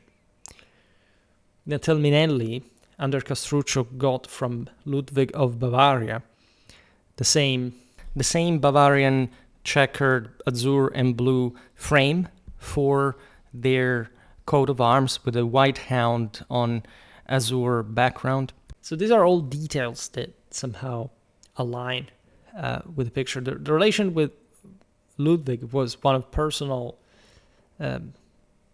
familiarity, but at the same time also real political needs, strategically for the both of them. Castruccio had really tried hard to connect his possessions, right, to create some more connected dominion. Also with Pisa, he built bridges, roads. This was really crucial, especially in Garfagnana, to enhance rapid troop movement, supply chains across mountainous terrain that could be as crucial as for getting support from northern Italy, or to better sort of shield oneself from Florentine onslaught, right? These measures, alongside the Augusta's integration of barracks, stables, arsenals, this was a massive castle he erected in Lucca to dominate the city. Within its 29 towers and thick walls, occupying nearly a fifth of the city toward Pisa, enabled sustained control and projection of power across a network of walled castles exceeding 300 at the height of his authority, while he reinforced Pietrasanta's Borgo with connected walls to the Rocca di Sala and the Rocchetta Regina, which is truly named after Henry VII, strengthened Serravalle Pistoiese fortresses and hexagonal tower, completed works at Avenza, Nozzano, and Lavenza, and multiple sites in the Lunigiana and Versilia. He built the tower at Pedona for observation, the bridge at the Serraglio for valley defense, the bridge at Pitello on the Lima, fortifications at Agliana during the Pistoia operations, the tower at Montopoli with its arc, and destroyed the Malaspina rock at Massa before enhancing it, all contributing to a comprehensive defensive network that supported rapid movement for cavalry and supply lines across contested territories, while he also fortified the Rocca at Castelnuovo Garfagnana, the stronghold at Serravalle, and positions at Lancisa on the Pistoiese Apennine. Right, the Augusta was the most important fortification. Right, you have this training grounds, all these bases for the same Castruccan army. Right, it had been commissioned as a fortress around 1322. It encompasses these extensive military facilities, symbolize Castruccio's concentrated power, and serve as a hub for training and logistics until its later demolition, right? But it was still important. It served other Lucca's masters. Castruccio died from fever, some say due to poisoning, after having eaten a pretty fat pike on September the 3rd, 1328. We don't know, again, what happened precisely. Some say this fever was contracted amid the exertions of the Pistoia campaign, which makes definitely a lot of sense. You understand that his life had been spent fighting, right? You can't imagine what this does to a person over the decades. Castruccio died as he was preparing further action against Florence, undeterred. Some speak of a malarial infection exacerbated by exposure to unhealthy winds near the Arno after intense battlefield exertions cutting short Castruccio's ambitions at age 47 and leaving his territories vulnerable. Malaria transmitted by mosquitoes in the marshy lowlands was a constant scourge for armies operating in Tuscany's river valleys during summer and autumn. Really unhealthy environments. As we've seen before, the same Philip of Taranto at Montecatini was sick due to this tertiary fever. Leaving behind a system of territorial dominance achieved through ceaseless coordination of allied contingents from Lombardy, including the Visconti Germans, the Marches, Romagna, Marine nobles, and local Ghibelline lords such as the Tarlati and Malaspina, combined with precise exploitation of terrain for ambushes and raids, rapid field engineering with covered ways and counter-fortifications, and unrelenting pressure on enemy supply lines, morale, and internal factions through coups, bribes, and exemplary executions that included the public display and mutilation of captives to break resistance in besieged places. Castruccio's military legacy is truly immense.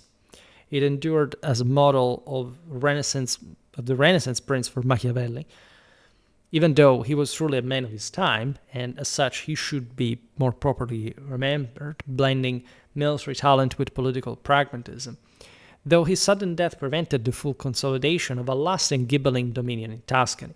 And this, in fact, is also one of the big question marks. What ifs are not my thing.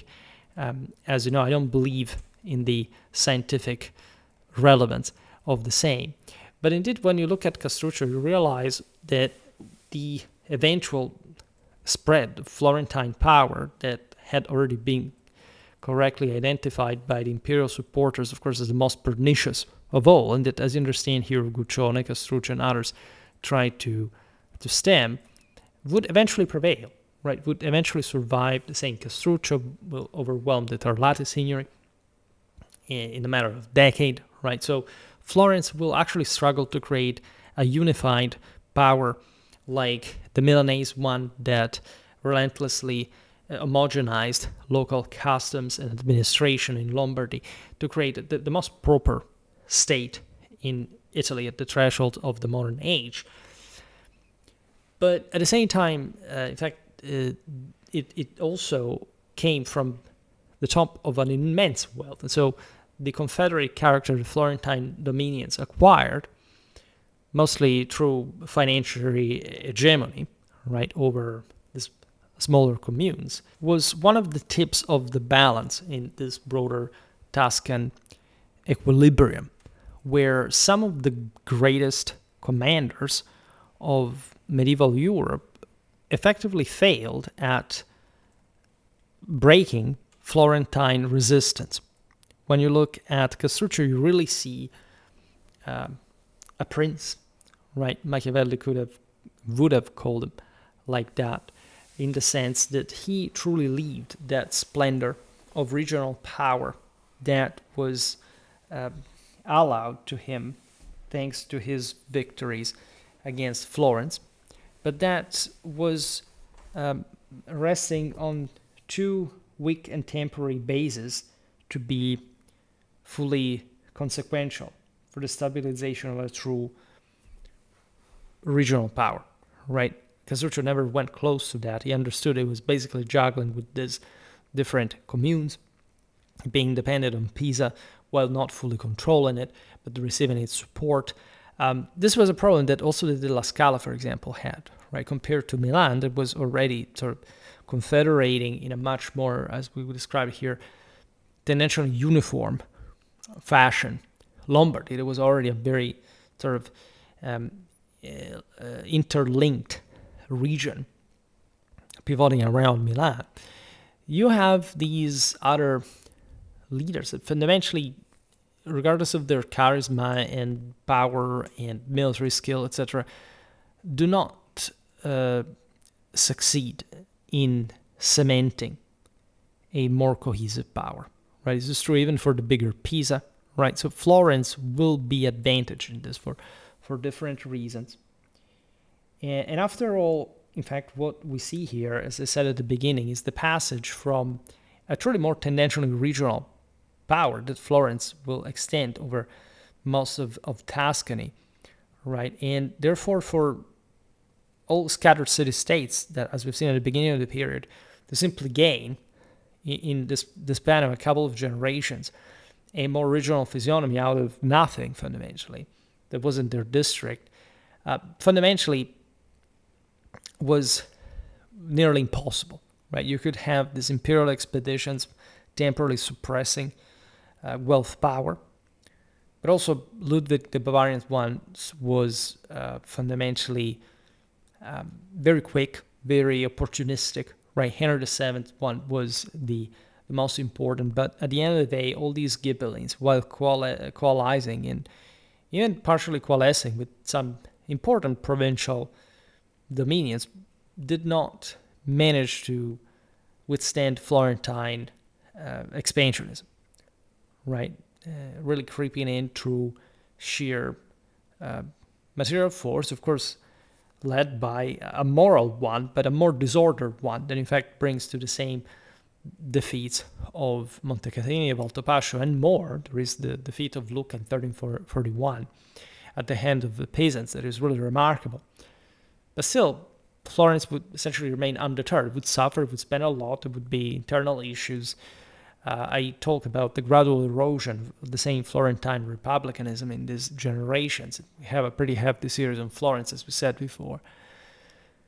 Castruccio's deeds are, in this sense, perhaps, they're immense personally. Like, he truly carried out something that I can't think any other ruler did except perhaps for Cangrande. Cangrande really invested himself in an incredible way, all right? And he played, in fact, on the basis of a couple of cities that fundamentally were meant to keep together, in fact, an even larger dominion, right? Castruccio did so in some areas were more advanced, by the way, than the northeastern ones of the Scaligeri, yet not being able to project power in a much outer direction, simply because Florence, again, was that close and all resources had to be invested against it. It's a bit like Arezzo. Arezzo was also fairly minor commune compared to the leading ones, yet it managed to project in that case its power across the Apennines into Romagna and the Marches, and also allying itself with Castruccio. At some point they quarreled, like with Bishop Tarlati, because these powers were all pursuing, at the end of the day, also more individually interested objectives. And so I don't want to be vague, right, to be the master of vague posting or whatever. I think that a video on Castruccio was warranted on Schwerpunkt, and I'm very glad that we managed to cover this topic. But as always, take it as an introduction, because there is really so much to say about Castruccio that this video can't obviously even remotely summarize. All right, I think only in general that his background is very intriguing. We wish we knew more about it and about him, but we also have to appreciate the known, and so the strengths of this man, even just personally, as a fighter, as a commander, are enormous, strategically, tactically, He made Florence bleed, and for a while, in fact, represented a valid alternative. One of all these minor centers dispossessed, also coming even from some spontaneous background, aligned with Pisa and projecting Lucca's power to unprecedented levels and heights, right? Controlling Volterra, arriving to the outskirts of Florence, right? Reigning practically undisturbed for a season in the heartland of the Florentine district. And so there are so many different aspects that are really valid here, and you can definitely study, if anything, from a political strategic point of view. Tactically, we wish we knew more, but the sheer level of practice that he made, right, as we've seen, every single field of terrestrial operations here has been mastered, right? And the guy had one of the most intense rank and file trainings ever to be seen. Probably not even Uguccione had the same school of war, right? Castruccio wasn't raised in the rugged Apennine Mountains like those Romagnol condottieri, but he came from a more affluent, luxurious background that, however, projected him in this sense, as we've seen, an incredibly wide-range type of military theaters. Flanders, northern Italy. This is something that you normally don't have, right, even for the greater commanders of the era. And that's what makes Castruccio really an outstanding figure, being a favorite of Edward II, being personal friend with Louis IV of Wittelsbach, knowing imperial vikings like Bernard of Homburg, being co-opted by Frederick of Habsburg. So really a crucial figure in the European Middle Ages that should be considered for all these, you've seen here, like all these expeditions, counter-expeditions, these relatively anonymous operations, movements that, however, made probably the bulk of warfare in the Middle Ages. When people tell you, well, but, pitched battles were rare, but which ones? Because here we've seen Castruccio moving routinely, like even multiple tens of thousands, and of men in many occasions, and there were clashes, confrontations.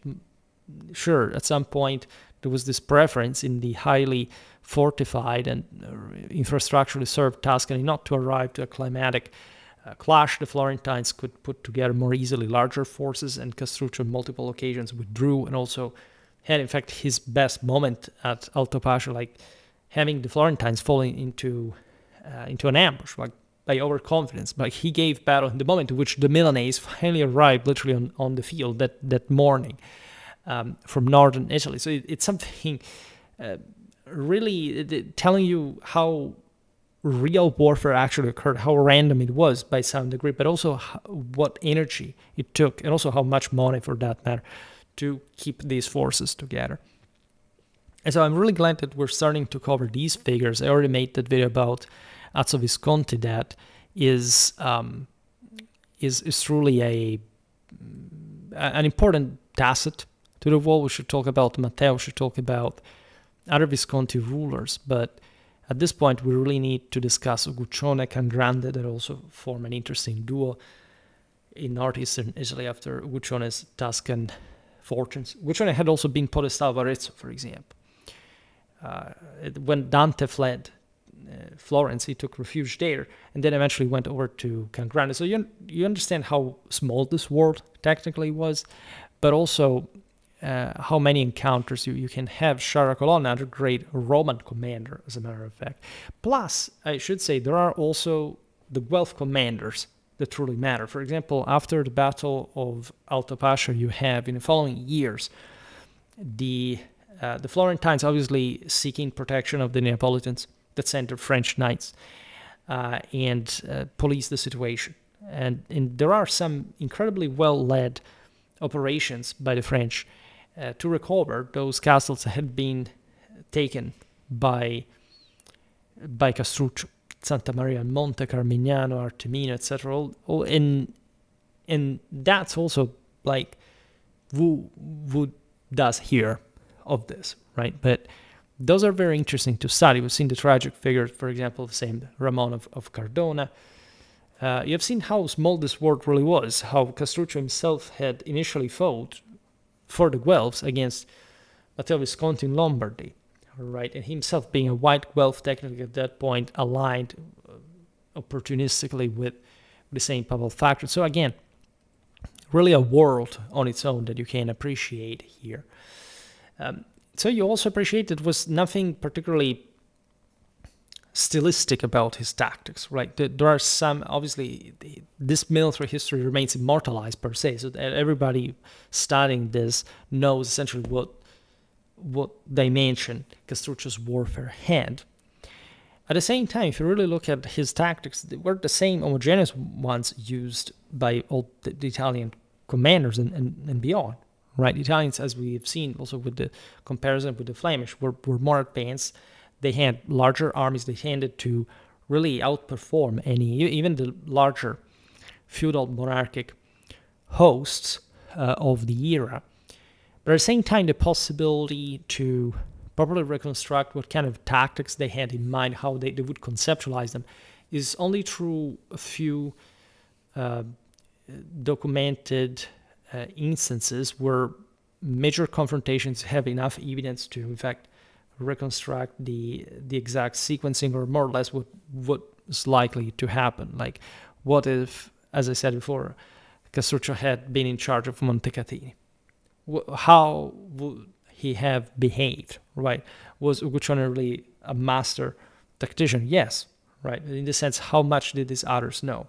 Also, Can Grande never had his own big pitched battle, and he was a man of astonishing military capacity, commanding capacity. So looking at the foldings of this, looking at siege warfare, at other confrontations, you can't fully appreciate the culture of this world, the confrontation between the German and the French knights and these Italian armies, all the ideology coming, the symbolism coming with the Ghibelline legacy, Castruccio really inspiring himself to imperial names, right? Really giving a name of this German commanders to his children, right? This is really remarkable. We will see all of this hopefully better in some other video, right? For today, however, I stop it here. I just hope that you enjoyed this video. If you did, please share it. Otherwise, leave a like or subscribe to my channel if you're interested in my upcoming content. As always, I thank you heartily for listening to me. I wish you a nice time and see you next time. Bye.